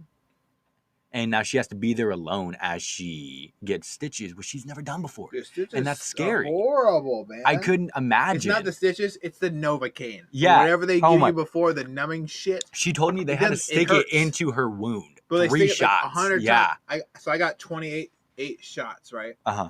I was a part of an incident that was not at work.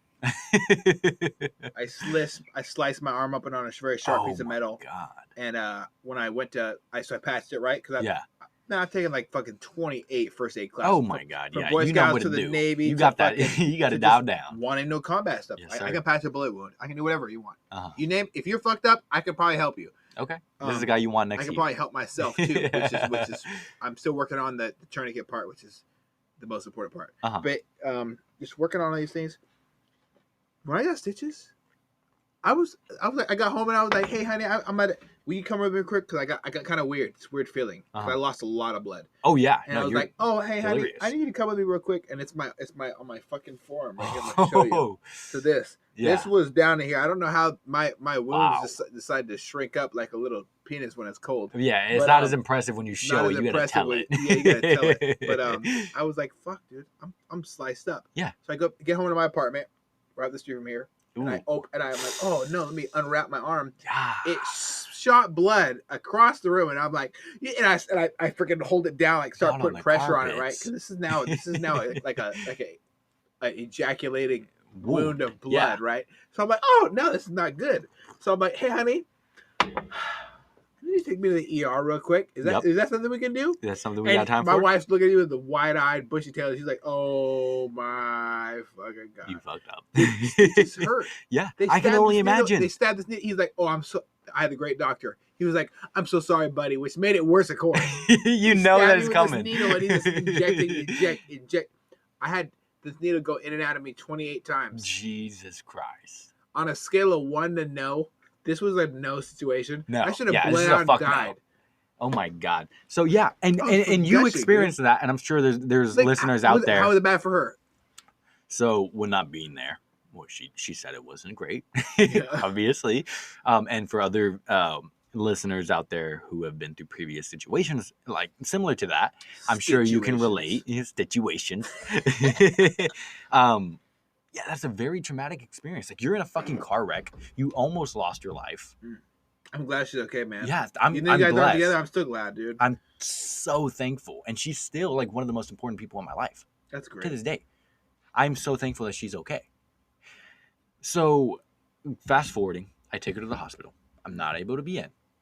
I have to drive her back 2.5 miles or 2.5 hours. Yeah. I'm totally okay with because she made that drive down there to see me. Yeah. And that's what I'm thankful for. Mhm. So I'm going to take her back. So I go to fill out my tank in that truck that I bought to get me out of the financial situation. Yeah.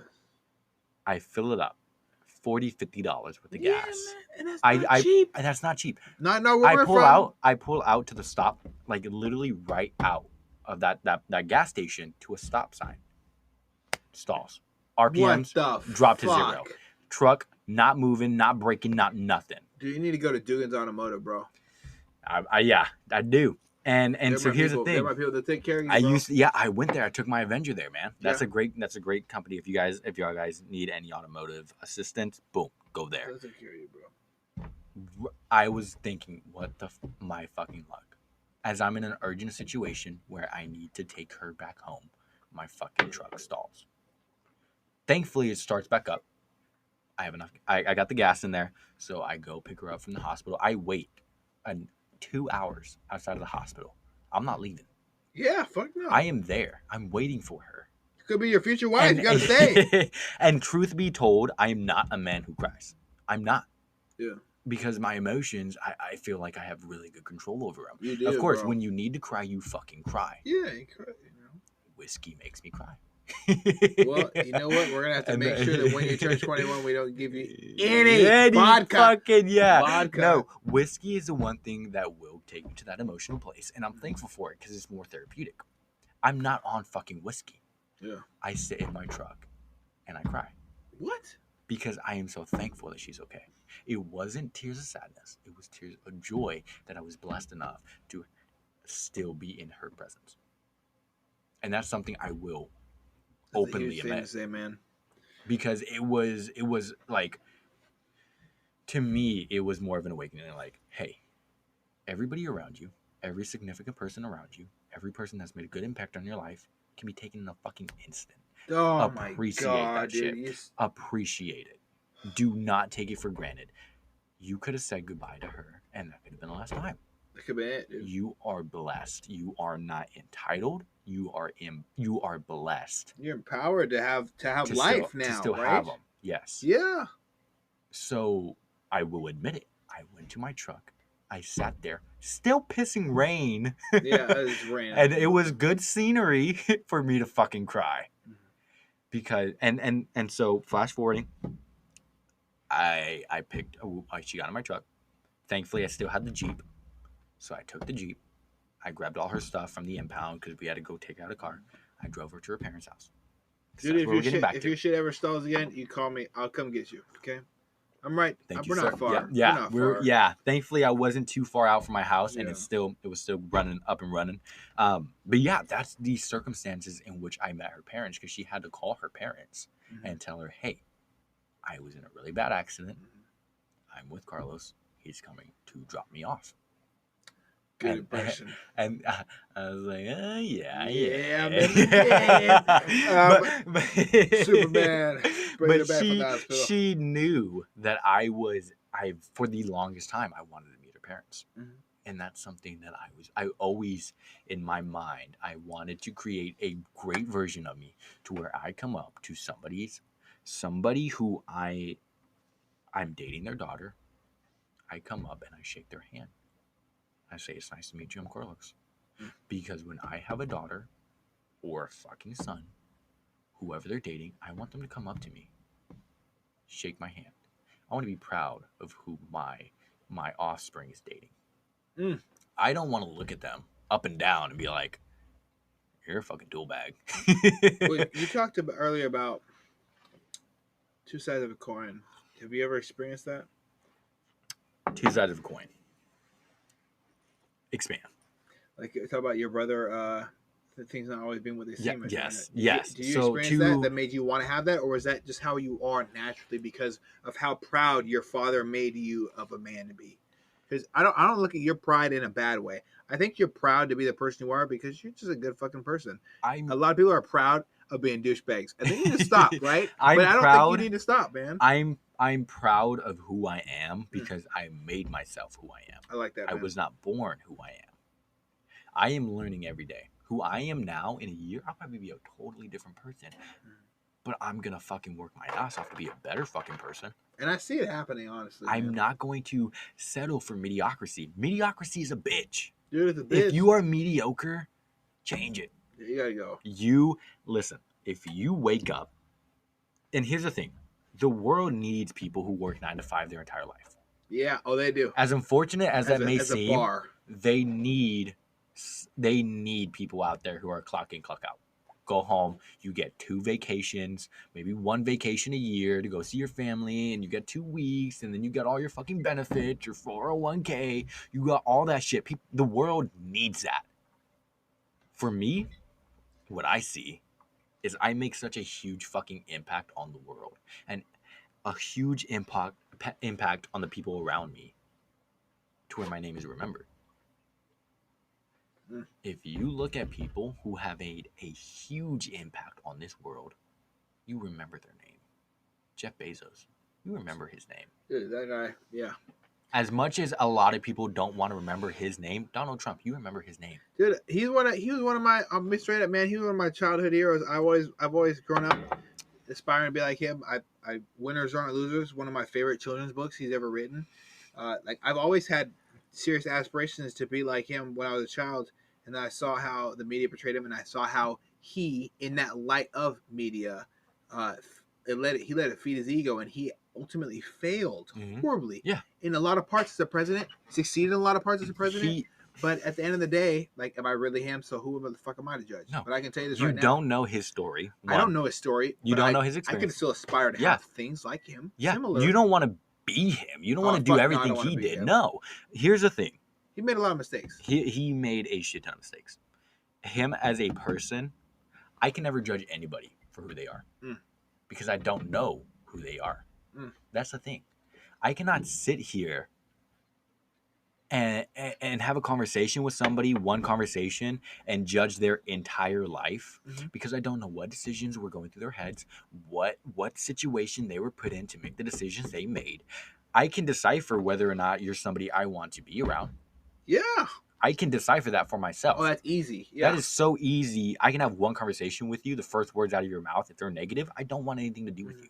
And that's unfortunate, but that's the truth. Everybody makes a decision. Everybody has their choices and their reasons for making that decision. I don't know those decisions. You will never express every decision you've made to everybody. So nobody can truly know you. I really fuck with that, man, and for a lot of different reasons. And one is that I look at people like there's so many names of me. But since you brought up Donald Trump, right? This person, he was on the cover of multiple different things, right? Yeah. He's always been a rich person. He's been on Oprah's show, and I remember watching him as a child, seeing, oh, wow, this person, he's saying these things. Can you really make enough money to be like this? Like, I don't care how he made his money. I'll tell you this right now. He had it.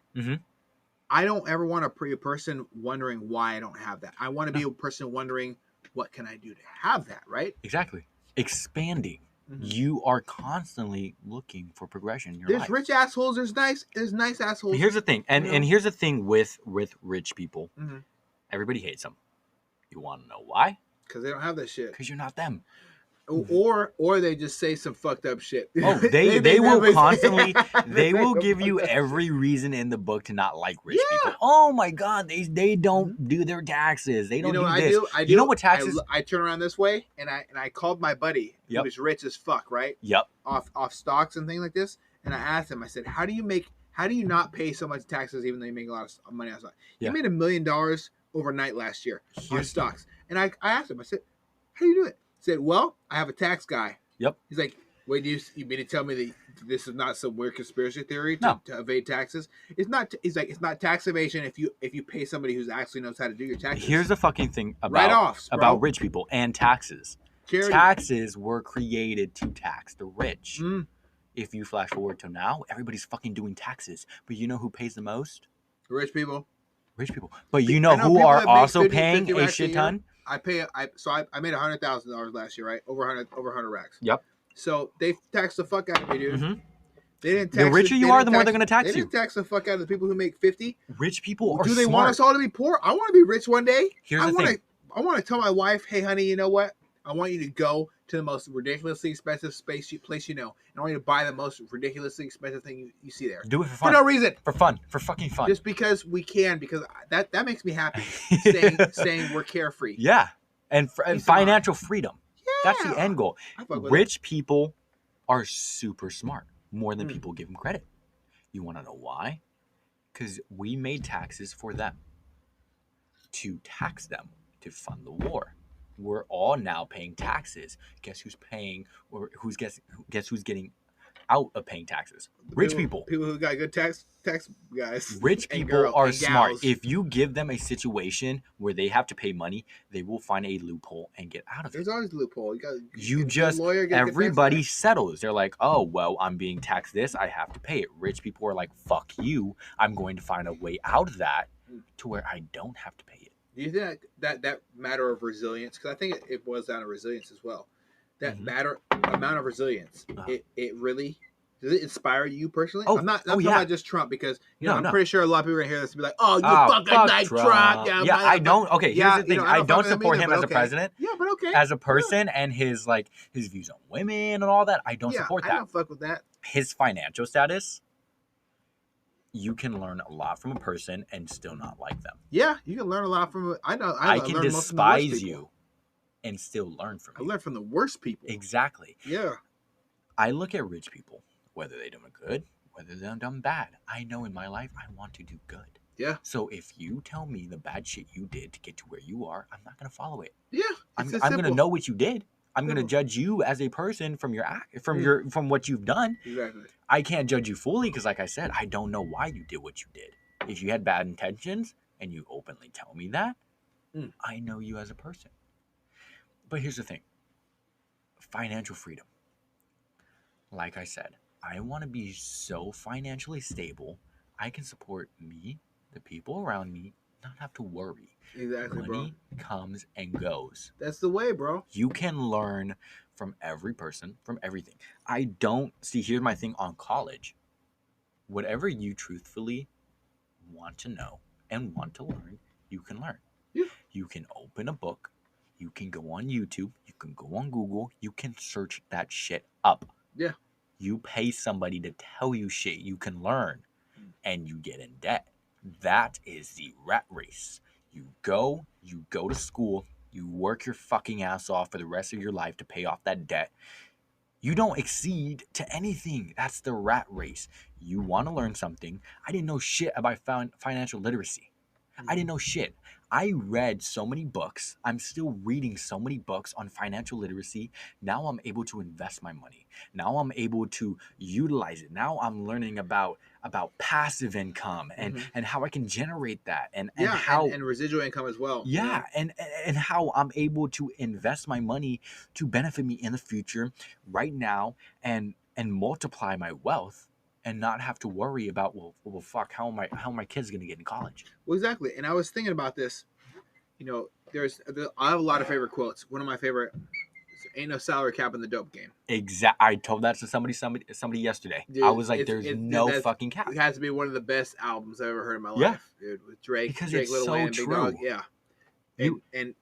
But there is a salary cap on a lot of other things. And when you look at stocks and things like this, and I think you may talk about this. There's a lot of different platforms to use. There's a lot of different ways you can make money in the stocks. The idea is very simple. I don't want my children to look at their dad or look at the absence of their dad.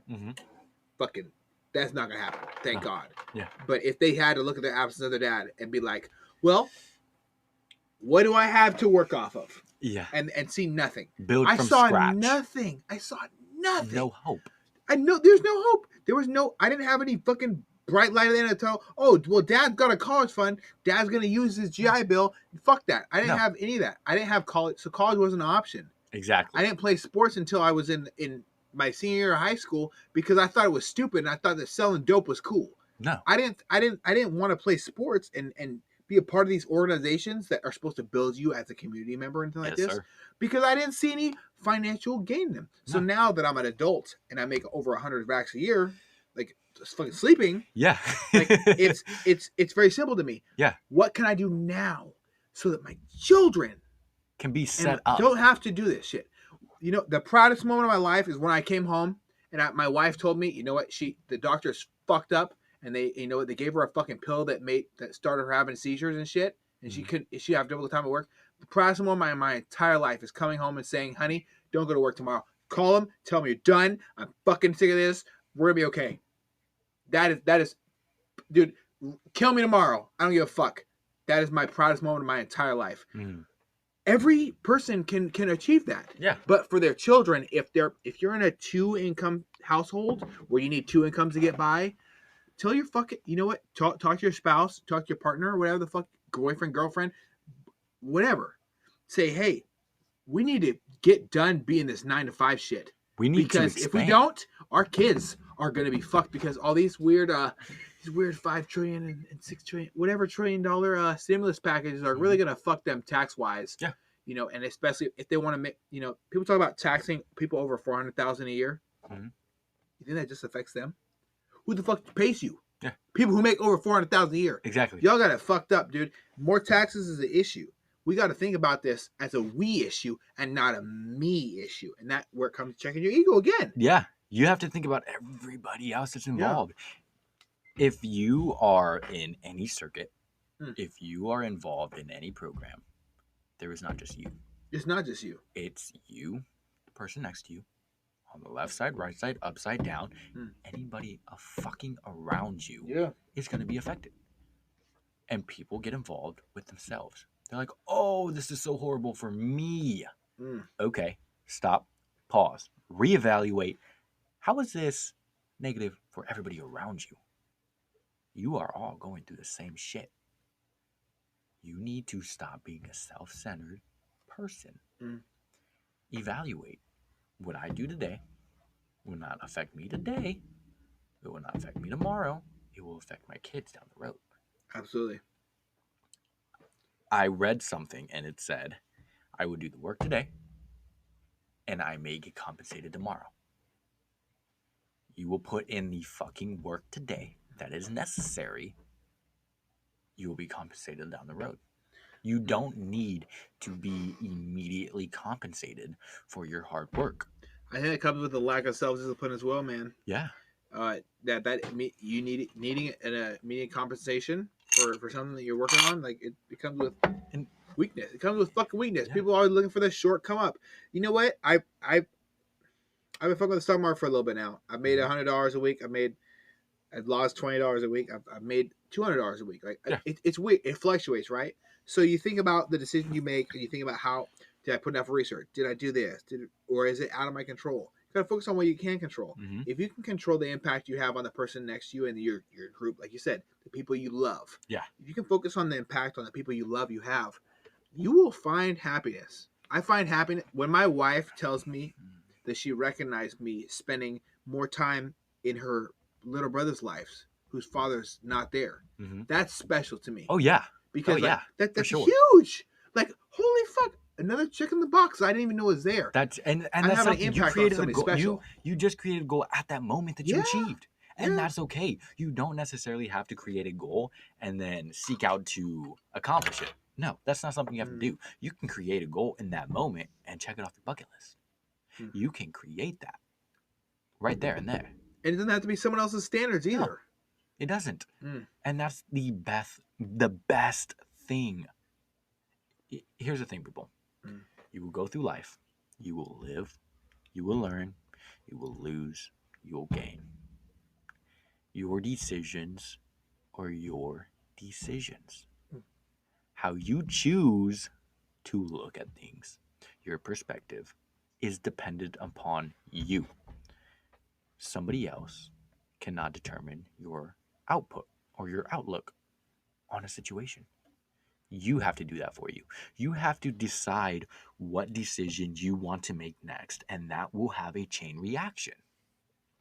If you want to be the best motherfucker that you can be, go out and be it. HWMF. Is that like a decision, or is that, people argue about the choice or decision? I think it's a decision because decision comes, it's Greek, right? Mhm. Or excuse me, Latin, comes Mhm. from the word incision. I think I talk about this every fucking podcast. But it has to do with incision, which means to cut, Yeah. right? So you cut off all other things and you decide on one thing. You choose one thing. I think a lot of people have issues with that. And I've seen it directly relative to their relationships. If you're not loyal to one partner, if you're not focused on one person, you kind of fall off the rails a little bit on your little chugga chugga choo choo train of, oh, I think I can. You fucking thought you could. You lost and you lose and you fall off your track and you find yourself over with this bitch, or you find yourself over with this guy, or you find yourself over with whatever the fuck. And that is directly relative to the actions you put in towards life. Like exactly. You don't cheat on your diet. No. You streak towards it, and you know what? I don't think that anybody can beat you in your class because there's a lot of people who are weak. Who are weak. And you have to be like yours. mentally strong. And that's the thing. A lot of people don't know that. That's why when I learned about bodybuilding in depth, because people just see it, oh, you build muscle mass, you go out there, you pose, you're not consistent. No. Up. Bodybuilding is way more than just muscle. Dude, it's so much more than muscle. It's discipline. Fat loss. Everything, I attest everything in my life, all the progression I've made to bodybuilding. I reached out to a coach that helped me when I was in high school, who showed me the way of bodybuilding, or who showed me the way of fitness. He impacted me. He planted the seed in my mind to want to progress into something great. I reached out to him 3 years later. I thanked him. I said, thank you. You impacted me on ways I could never explain. Your one class that everybody bullshitted their way into, that skipped, that fucking lollygagged around with their friends. Yeah. That one class helped me. With the weight training? Weight training. Dude, that's the one, bro. That class, and everybody in that high school, the scenery is always like, oh man, fuck school. Like, I just want to go do drugs with my friend and skip school. I wanted to sell drugs. I don't want to do drugs. I'm trying to make money, not fucking lose it. This is how I knew I was born to be a salesman. When I was in high school, I was first approached to the game. I wasn't selling drugs. No. I was in high school flipping fucking candy bars. Bro, you were flipping candy bar? I know people who do that. They make so much money a day. Bro, I had fucking shit in my school bag. Just snacks. Bro. Hey, you want this? Buy snacks in the store, you fucking sell it for double the price. Yeah, you want this? $1 to $2 upsell. Okay, hey, you're hungry in class? Hey, bro, boom. I open my bag. I got all that. You want Snickers? You don't have to do anything illegal to make money. No. I think a lot of people fuck up that. It's called it's a middleman mentality is what I refer to it as, which is what it is. Right? You inserted yourself as the middleman to make a profit, just like Amazon did. Yeah. Jeff Bezos is nothing more than a middleman, but he's the biggest middleman. Here's the thing. If you're out there selling drugs, right, the government wants you to. Yeah. Because guess what? The profitability on drugs is huge. It's huge, bro. So you are a middleman, because if you think about it, you're in the middle. On one side, you got the government wanting you to do it. They're putting the drugs out there. They're wanting you to get addicted and wanting it more. One, that funds people getting caught and ending up in prison. That's the whole fucking system right there. On the other side, private prisons are a real fucking thing. Exactly. On the other side, you have people wanting that drug. You are given that product right there. You're giving it by the government to you. Boom, you're putting it out there. Now you have the receiving end of, hey, I need that drug. You are the middle man. No salary cap on the dope game. It's the most important. Guess who still profits? Guess who still profits? Government. Yeah. Guess who doesn't profit? The people that ruin their fucking lives, who are... You're in a fucking classroom as a middle schooler, as a high schooler, taught about the people who are doing the drugs, who are funded. I really struggle with that as well. Like, senior high school, I'm playing football. I got this really hot girlfriend and everything, right? And my grandma was a fucking crackhead. She's a crackhead. Like, we're sitting in the same exact place. I used to live when I was in high school. I used to live down here. Yeah. And upstairs was my grandma, and people would show up here in the middle of the night, bro, and fucking like try to get her to spend all her money on crack, like try to hustle her and feed the addiction that they created. It got introduced to her as white weed, so it was always a difficult time for me. But the worst part of it was the fact that I sold shit, man. I know what the fuck is up, right? You're open about that too, and that's what's good and honest. I was uncomfortable for a while. Yeah. But who the fuck am I? Like, are cops gonna press me? Not really. You made mistakes. You're a human. I fucking repented, right? I've tried to do my best. Yeah. I'm an excellent member of my community. I love helping, keeping children safe. I love just community service, everything, right? Anything I can do to benefit my community. The cops know what the fuck is up with my last name. They know everything. Like the cops in this city, the cops in Tacoma. They know. They can look up my last name and they can fucking see shit. And they'll know. They'll know exactly what the fuck is up. Like if I get pulled over, there's a high probability the cop has a hand on his gun. Like it's a thing, right? But I'm trying to be a better member of my society and everything. I'm really trying to be a great father in my future. I just want to be a good person. You're gonna change. But it was really difficult for me to, as a person who dealt with that shit, to let that shit slide, right? So I'm fucking living here now. 1 month in, starting to see these situations, I had to fucking lock shit down. I had to keep people away from this house, right? You're a fucking crackhead. Now you have an immediate life or death issue with me. Yeah. So you got to go. You're protecting yourself. You're protecting your family, your property, your everything, your existence. You protect. Well, exactly, and I think it's just a big amount of bullshit when people talk about gun laws stopping people from like purchasing guns. Like I bought a gun. I was 16 years old. I bought for $300. I bought a pistol. Yeah. Right. Motherfuckers did not come up in this bitch no more. So no. Here's the thing. Here's the thing with guns. Okay, and I will be very open about this. Well, you know, you deserve to be open, brother. If you can handle a gun responsibly, do it. Yeah. If you can teach the people around you who know you have access to a gun to be responsible, do it. Yeah, if you are a father or a mother in a household full of children, teach them, hey, this isn't a fucking toy. Yeah, not a people's lives. That's not a fucking toy. You cannot do whatever, whenever, however you want with something as dangerous as a gun. This is here to protect, not to inflict damage. Exactly, and completely the opposite of what these rap videos put out these days. Yeah, nothing cool about killing somebody, man. Like here's the thing: they're gonna shit themselves. Like there's a lot of moving parts. Like the guns, they're fake. It's not a good situation, bro. The guns are fake. If you look at anybody that put real guns into their videos, their music videos, guess what happens? 2, 3, 4, maybe a year down the line, they get busted. Caught up, dude. Yeah, brought up. They get busted for having those guns. So what in your mind is gonna be like, oh, that's fucking cool. In that rap video, I saw them having guns. Let me go have one. Let me go shoot this person over a fucking gram of weed. Yeah, what the fuck does that even like? You're gonna ruin your entire life over a substance that's gonna give you a 1 to 2 hour high. That's how your thought process is. At that point, it's just manipulation brought on by society. And you need to escape that. You need to become a person who is like, hey, this shit's not cool. I want this to protect, not to show off. I'm not going to be flashing it. I'm not going to be on social media like, oh, come get me and all this and all my money. And I got all these bands and these girls. Fuck you. Yeah. You need to be a man or a woman and realize this is life. You have one shot.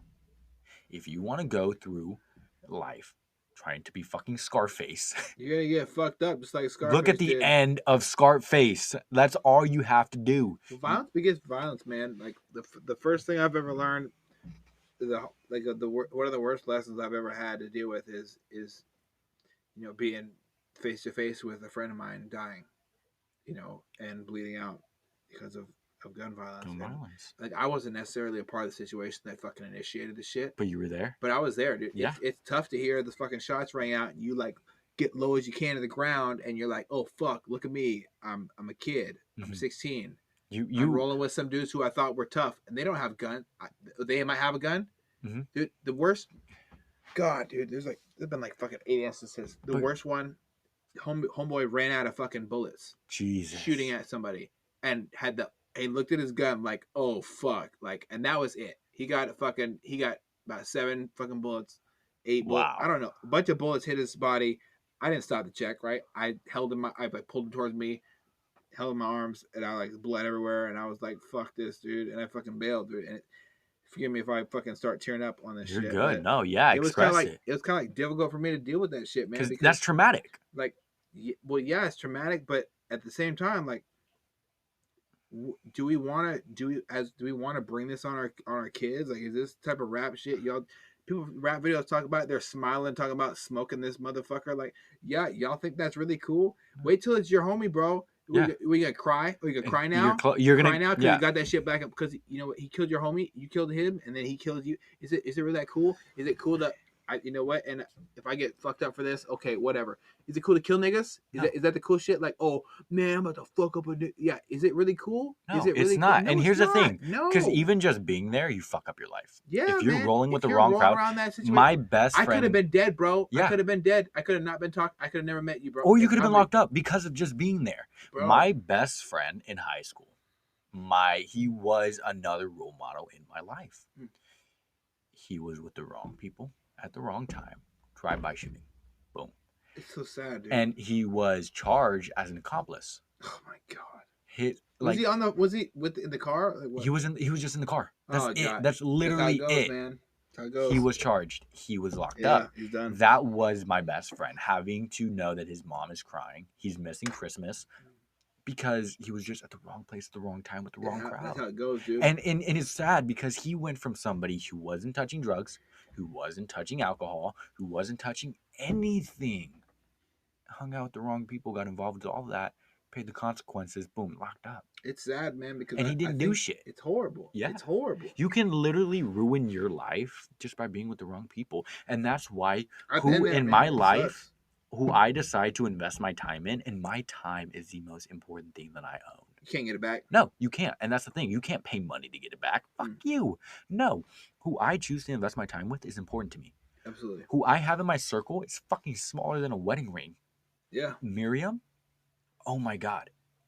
I literally tell so many people about Miriam because of who she is as a person. She's dedicated. She had a fucking plan during quarantine, during a fucking pandemic, during a recession where everybody was suffering financially. She had a fucking crazy idea to become a tattoo artist. Dude, I know what? I seen her. She started off without color. She's a really good tattoo artist. I was one of the first people that she did a tattoo on, and I let her because I trusted her. See? Yeah, yeah, I can show you right now. Sorry, everybody. It's happening. I trusted her. Like my whole arm is everything she did. Oh yeah, that's wet. It's a Texas Longhorn, right? Yeah. Yep, and then the compass, and then everything, and they all have meanings. Which way is it pointed? Northwest. So north. It's north. Because north will always lead me in the right direction. This is why every piece on me, like this one right here, it's sigil. It stands for "You are real, you are safe," because it keeps me calm and brings me to reality. Yeah. Everything on me, this is resemblance of Texas, because I'm proud of where I'm from. Everything on me, it depicts somewhere I've been or a memory. And my body, especially with bodybuilding, it's fucking sacred to me. Yeah, it's very sacred. Her, I trust. I put so much trust into her because she's passionate with what she does. She had an objective. She went out. She fucking did it. She is now I believe, don't quote me, is a partial owner of a tattoo shop. I'm about to find some. I recommend everybody to her because she's good at what she does. What shop is this? It's called God, she's gonna yell at me right now. It's okay. It's okay. Yes, but it's off of Highway 99.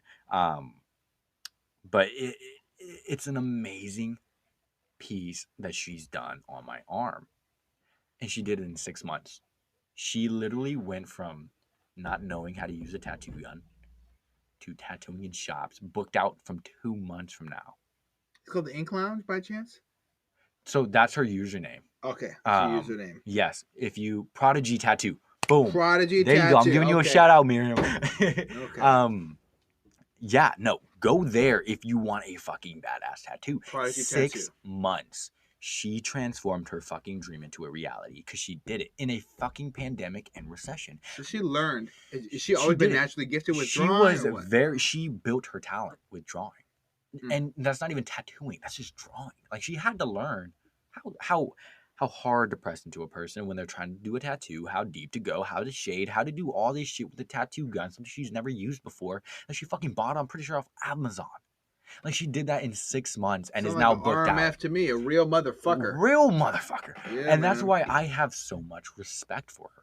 Yeah, rightfully so. Respect is earned, dude. Yes, Jose, one of my other best He's friends. lost a lot of fat. He is, like, right now, and with both of them, I am helping them as far as their fitness journey, because thankfully I'm in the position to do so. I'm not charging them anything. No, because I believe so much in them that what they want to accomplish, they can, that I'm going to help them. Jose, he is doing fucking phenomenal. He is putting on. He's putting on see muscle how his mass. back is getting thicker? Yes, putting on muscle mass, getting stronger in every lift. His abs are so much more apparent now. Yes. But not even on that, not even on a fitness level. He is doing what he wanted to do. He wanted to get into retail or real estate. So he's in real estate now. He's working up to doing all his tests to where he's able to start selling houses. He did that in a fucking pandemic. He's doing that. He had the connections. It's not about what you know, it's about who you know. Sounds like you're running with wolves, big dog.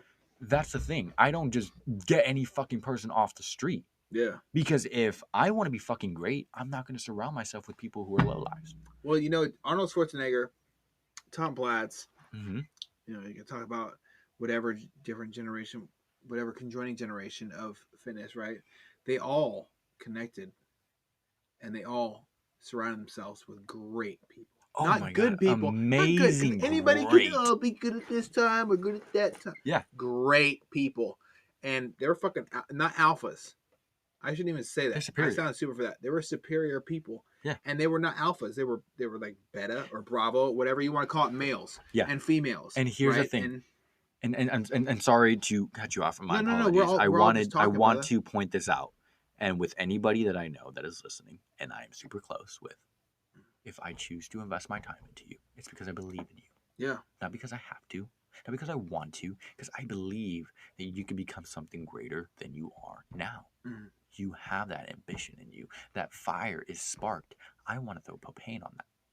I want you to ignite that fire even larger. I want you to be so great. I want all of us to be so great to where when we're older and people know our names as a fucking dining room table name, where you're at fucking dinner talking to your family and you know our names, to be like, oh yeah, no, they all helped each other. Like, it wasn't one person like leading the next. No, it was all of them. It was a fucking, like the fucking Ninja Turtles. Yeah, man. That's a good way to say it. Donatello, Michelangelo. They're all squad, everybody. big dog. That's the thing. You cannot, with one person, become great. It takes a team. I fuck with that, man. I would not be where I am today if it wasn't for my team. Do you think that I noticed in my fitness journey so far since 2016, now it's 2021. I had this for 5 years. Yeah. In the first 3, I put on 80 pounds of muscle. Yeah, wow. And that's without doing any type of test.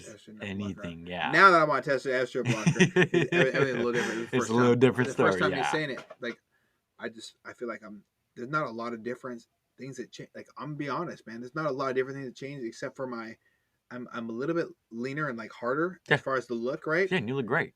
But dude, I eat so much fucking food like to look like the way I look, and my pictures never do me justice. But to look a certain way, I eat so much food. And that's the thing. What percentage is dieting? Oh, I say 75% nutrition, 25% actually working out. And you're a subject matter expert, so I trust your judgment. So I'm gonna go with that number. That's because I've done it. I've done both sides. I've went the route of working out. Fuck my nutrition. I want that burger. I'm gonna eat it. No, dude. I've done that. I've done that. You know how much? It's not gonna work. No, it's not. Thankfully, with my genetics, I stayed lean. I didn't build not 1 pound of muscle. That can be depressing. That can hurt. That fucking for the longest time, I was like, what the fuck? And guess what? I was like, oh, whoa.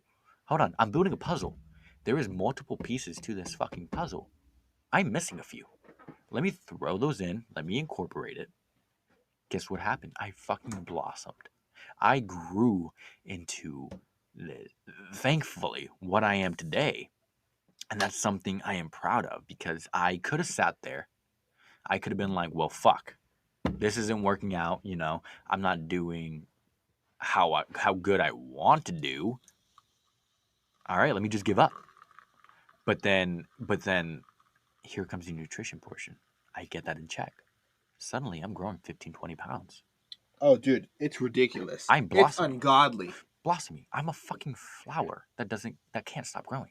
I'm a sunflower at this point because I'm growing fucking tall. I feel like a beautiful bouquet of these beautiful roses that you can only order online, specifically through this company. And they come from the most beautiful places in South America, and they show up right to my doorstep. That's what I'm getting my wife in a couple weeks. I'm gonna order it. But yeah, she won't listen to this podcast Lucky because gal. she probably heard it. Yeah. I'm gonna order it for her. But these flowers, they stay pristine for a month. They come in this box. I think they call like roses. And then that's going back to what I was saying. Yeah, giving flowers. Yeah, that's deeper. Well, I hate flowers, right? Yeah. I think they're in the store. Any Joe Schmo off the street could do that. Yeah. Can you come home, look her in the eyes, and say that you haven't looked at another woman in a year? Here's a better 5 years. Here's a better way of viewing that. Mm-hmm. Can you come home? Can you have her look you in the eyes and be like, I am proud of the person I'm with? She said that all the time to me. I cry. Yeah, I'll cry. I'll go to the bathroom sometimes. I'll just cry. I am proud of you is one of the most sincerest things you can say to somebody, because that's not something you dish out every day. You looking at you, knowing what you've been through, who you are, I am proud of you, because everything you faced, you stuck through it. There were so many times where you could have given up, where you could have thrown the fucking flag in the air, but you continued. You didn't let all of those things impact your life negatively. You used them as fuel. You became a better person because of those, and I respect you for it. Everybody has their opinion on everybody. Fuck that. My opinion on you is my opinion, based off of who I perceive you as. You may change my opinion by changing your ways.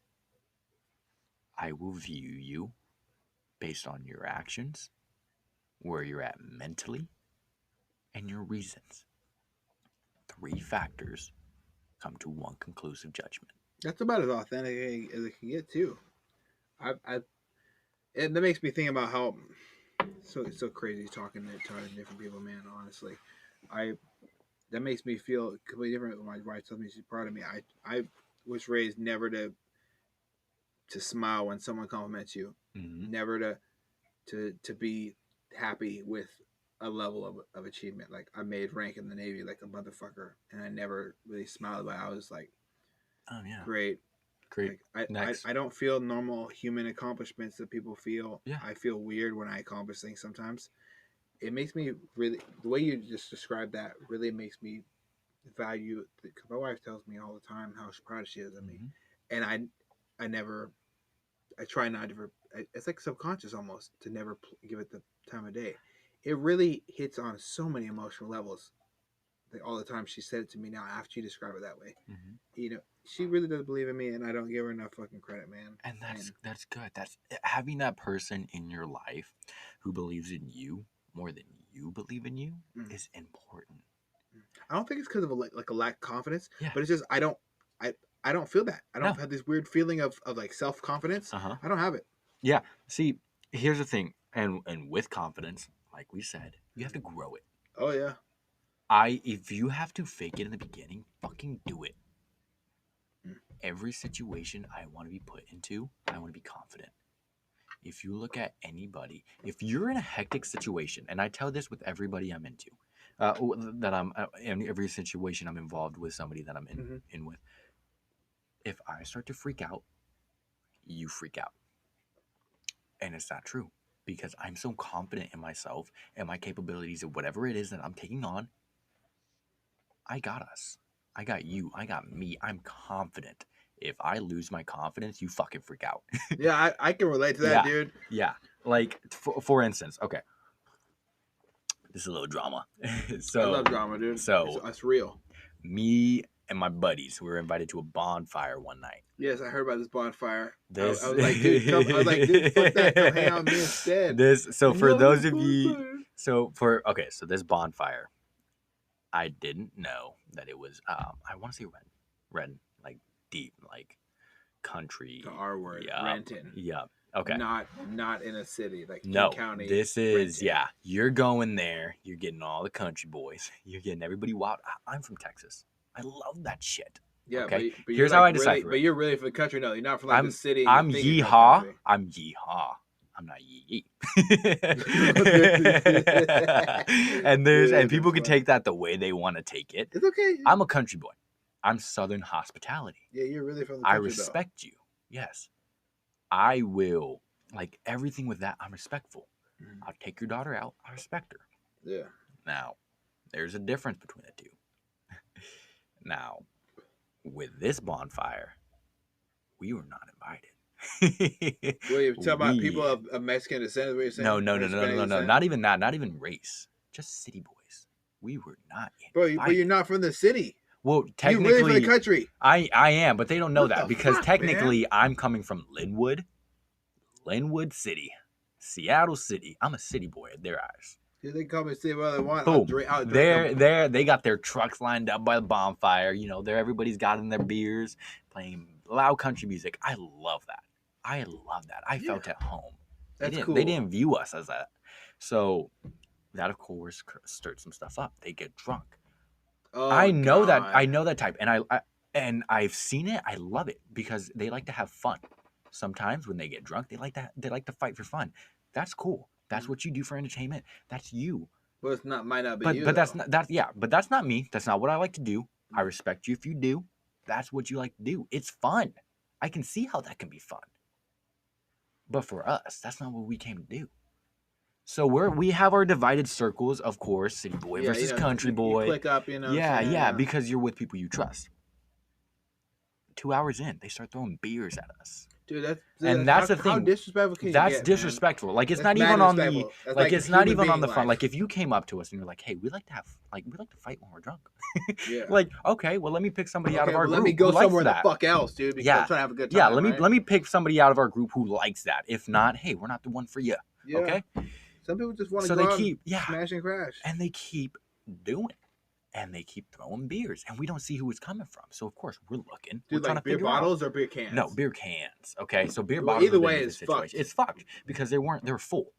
That's the thing. Like, so it was getting all over the girls. It was getting all over us. No, I'm pissed. We gotta fight. You know me. I do not promote violence. I will not go out looking for a fight. Yeah, but you ain't gonna back down. Sweater came off.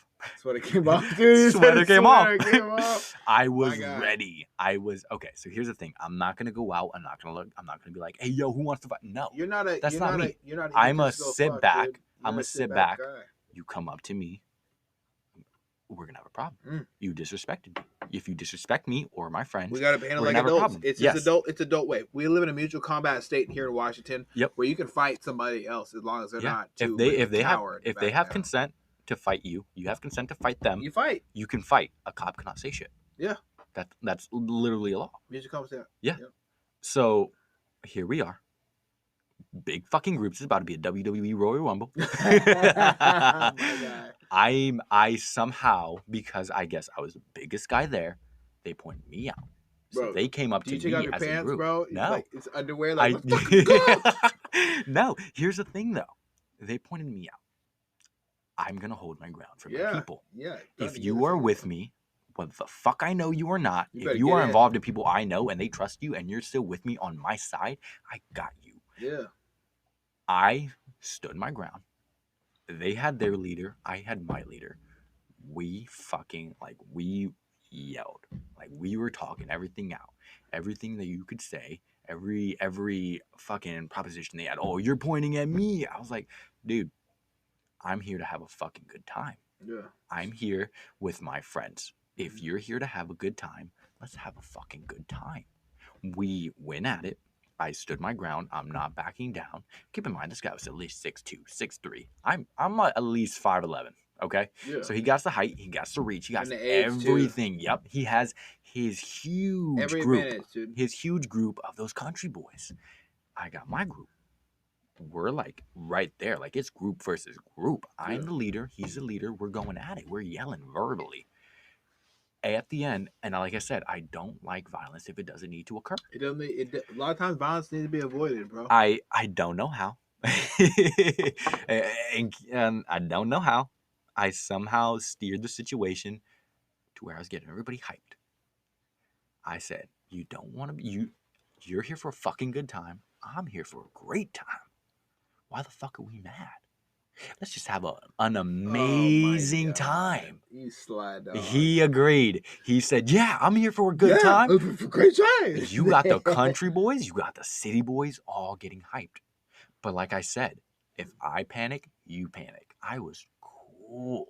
Yeah. I was calm. So you de-escalated and you directed the situation into a positive. Yeah, they're literally every situation. I thankfully, and I hope I don't get into a future one. I haven't been in a fight since I was in fucking middle school. That's good.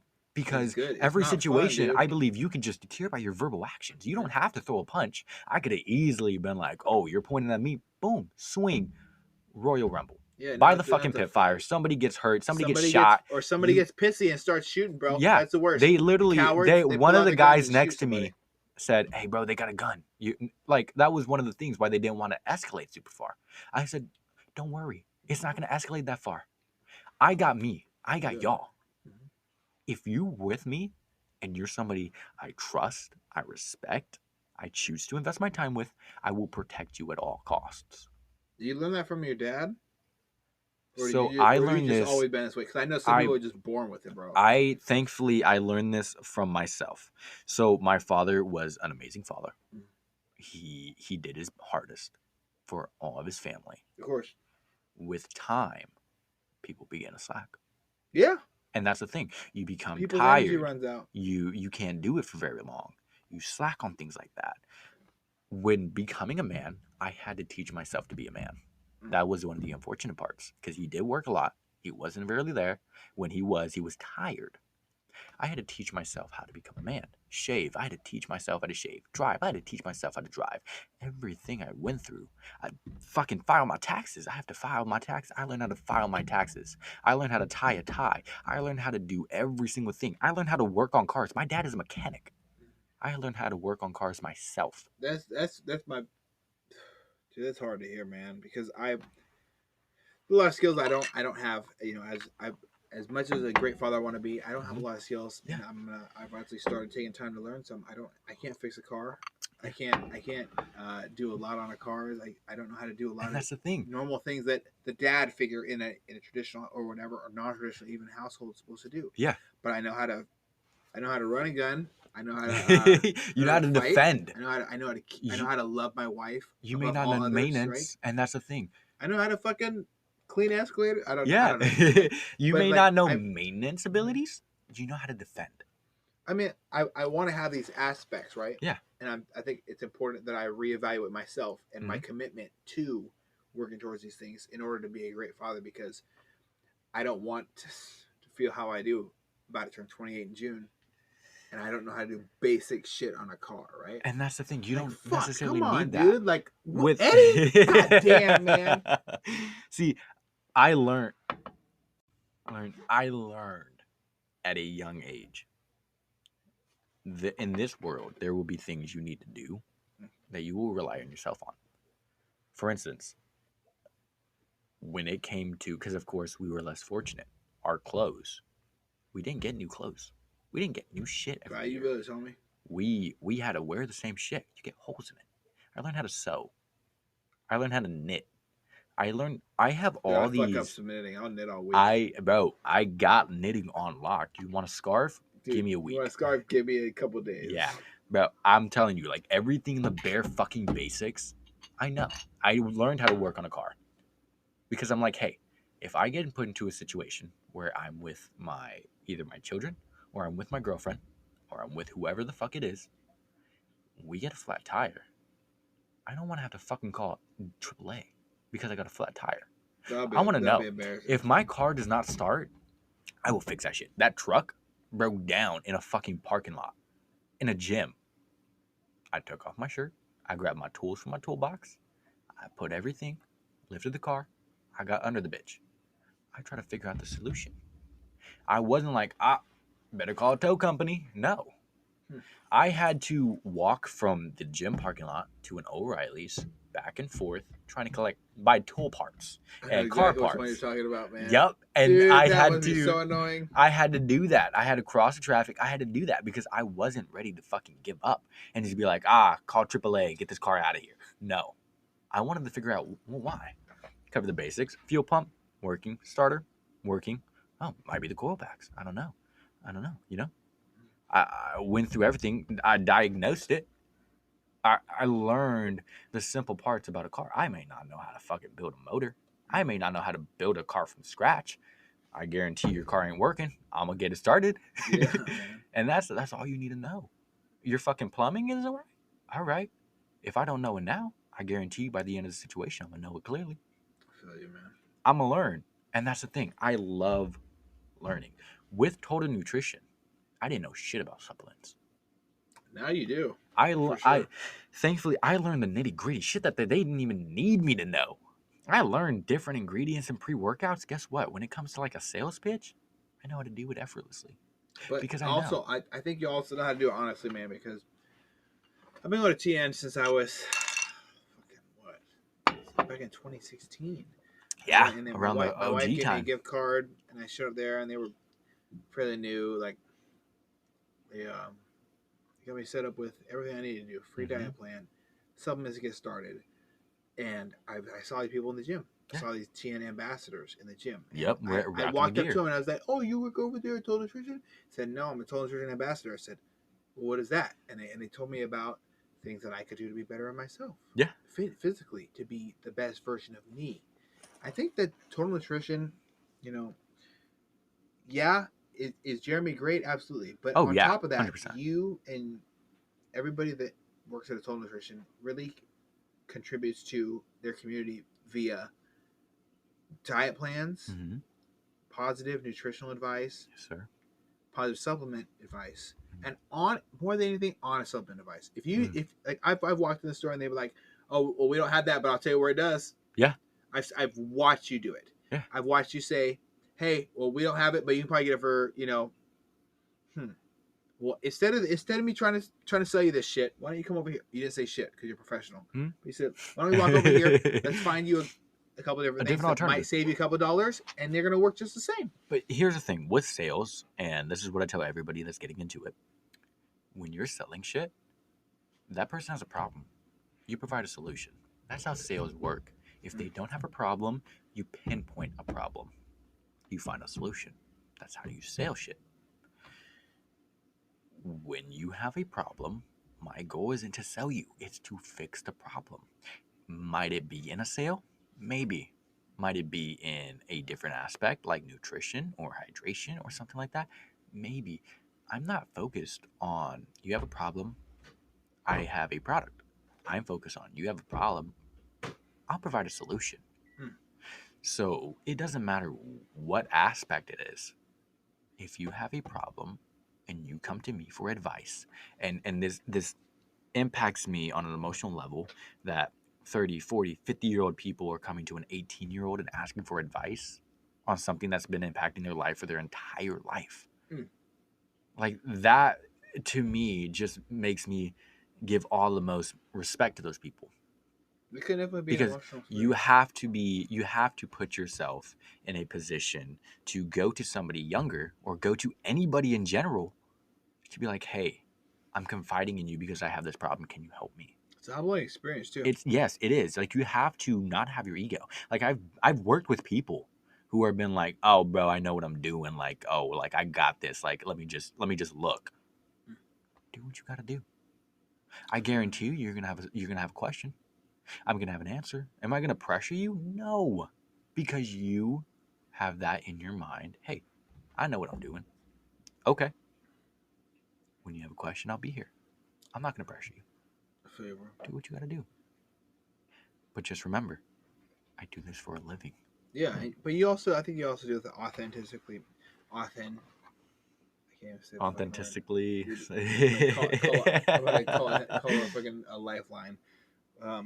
You do everything authentically, and I think it's really important that that happens in the fitness industry, especially. There's a lot of false prophets out there, Yeah. and keeping it 100% is the most important thing out there. What just real quick, it's almost midnight, so what impact? Because I definitely want to have you again right after your prep is over, after Emerald Cup, so we can talk about the whole journey from start to finish about how you get ready for a show. But that's neither here nor there. What is the impact you plan on? Obviously, you've had a tremendous impact on our community here in Linwood. Thank you. Even some people who stop by from Everett, Mill Creek, Bothell, Edmonds, anywhere, Shoreline even. They come, and a lot of people hear my recommendations. They come and see you. I tell them, go see Carlos at TN, man. He'll take care of you. He'll change your life. Thank you, sir. And they really don't. They trust me as a person because I'm honest. Yeah. To the T. Even if it kills me, I'll be honest. But they'll come to see you. What impact do you want to have on the world? Fitness is one of the greatest gifts you can give to people. Reason being is because you as a person, you are displayed everywhere you go. Your physique is a resemblance of your discipline, how you decide to take care of yourself, how you view yourself. If you feed yourselves bags of chips every day, what does that say about you?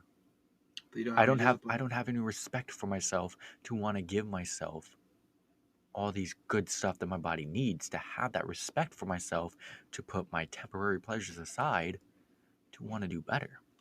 To go to the gym, to sacrifice 1 hour out of 24 to better myself and keep myself healthy. Fitness will do that. Fitness is a seed. You plant it in one person, it will blossom. That person plants it in another, it blossoms. That person plants it in another. It's a domino effect. It happened to me. I want to spread fitness to as many people as I can. Whether I know you, whether I don't, whether you're listening to this podcast right now and you don't know who I am or what I look like, all you know is I'm some 18-year-old bodybuilder boy that likes to stand in the rain hugging his woman as she just got out of a traumatic experience. and turn people who want to fight into people who want to party. Exactly, yeah. But hey, if this motivates you in any way, and I hope it does, to want to go out there and obtain your ideal physique goals, do it. Because it doesn't just affect your physique, your mental, your everyday life, your personality, everything is affected by that one seed of fitness. Spread it, baby. Do it. Damn. It's pretty powerful, man. Everything you said, from talking about your father to talking about how you care for another person, if you're in a relationship with him, your standards for yourself, for your family, and how you covet people that are close to you in this web of protection, web of affection, web of standards for themselves, and how you raise people up instead of bring them down, really gives me so much hope for the future of the world. Not because I look down on you because of your age, because I look up to you because of your age. Thank you, sir. There's so many words to describe you, Carlos, man. But honestly, feel free to call me if you ever have any car troubles or if you have any troubles at all, because I will. I think it's important for family to take care of each other, and we are brothers of iron. All of us are connected through this weird thing that we want to go pick up heavy stuff and put it down, Yeah. and eat good food and go to do sleep repetitively. and, have good relaxation time. Yes, whatever, even if it's sex, if it's watching Inuyasha, whatever it is that helps us relax and decompress from our days, and then go out and connect with other people the next day in a positive way. Whatever that is, it's so important that we do it, and I think you do it well. I think you're so well balanced. That's a great way I would describe you. You're so well balanced between life and the future, life right now and the future. You have it perfectly dialed in, and I think that you have the most bright future ahead of you, not just in fitness, but in how you conduct yourself. The impact you're going to have on other people is going to be just a freaking spiral staircase that never ends on the way to heaven, man. Thank you, sir.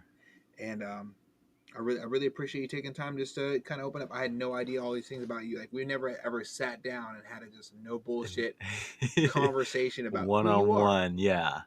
And ironically, which is why for me it was a huge step to do this in front of people, or like everybody that's gonna view this, is because truthfully, my previous situation that I just told you about, I've only told like 3 people. I find this to be horribly therapeutic. And I say horribly because I'll talk about things Yes, that I sir. didn't even know bothered me Yeah. until I'm in the moment. Yep. And it'll And just you it just find spirals stuff, out. and it lights a spark in your mind, and it Mhm. connects. It's like with that situation that I previously went through, it makes sense now. I get about 100 messages at least within the first week of each podcast I put out, and I always feel like I'm on the verge of tears because people tell me, "Oh my God, I just heard the second podcast you put out with Steve, and he talks about his Amazing guy, by the way. oh God, I Yeah. love Steve, but he talk about his sister left him or whatever. Yeah. That might be me. This might be my real lost brother. Yeah. Like, and they reach out, and I'll try to connect the last names without like connecting them physically, Mm-hmm. and it didn't turn out to be them, but that's a possibility. and then they're going, but they decided to keep looking for their That brother. lights a spark. Their brother's somewhere out there, and they're going to go find it. That makes my heart just explode.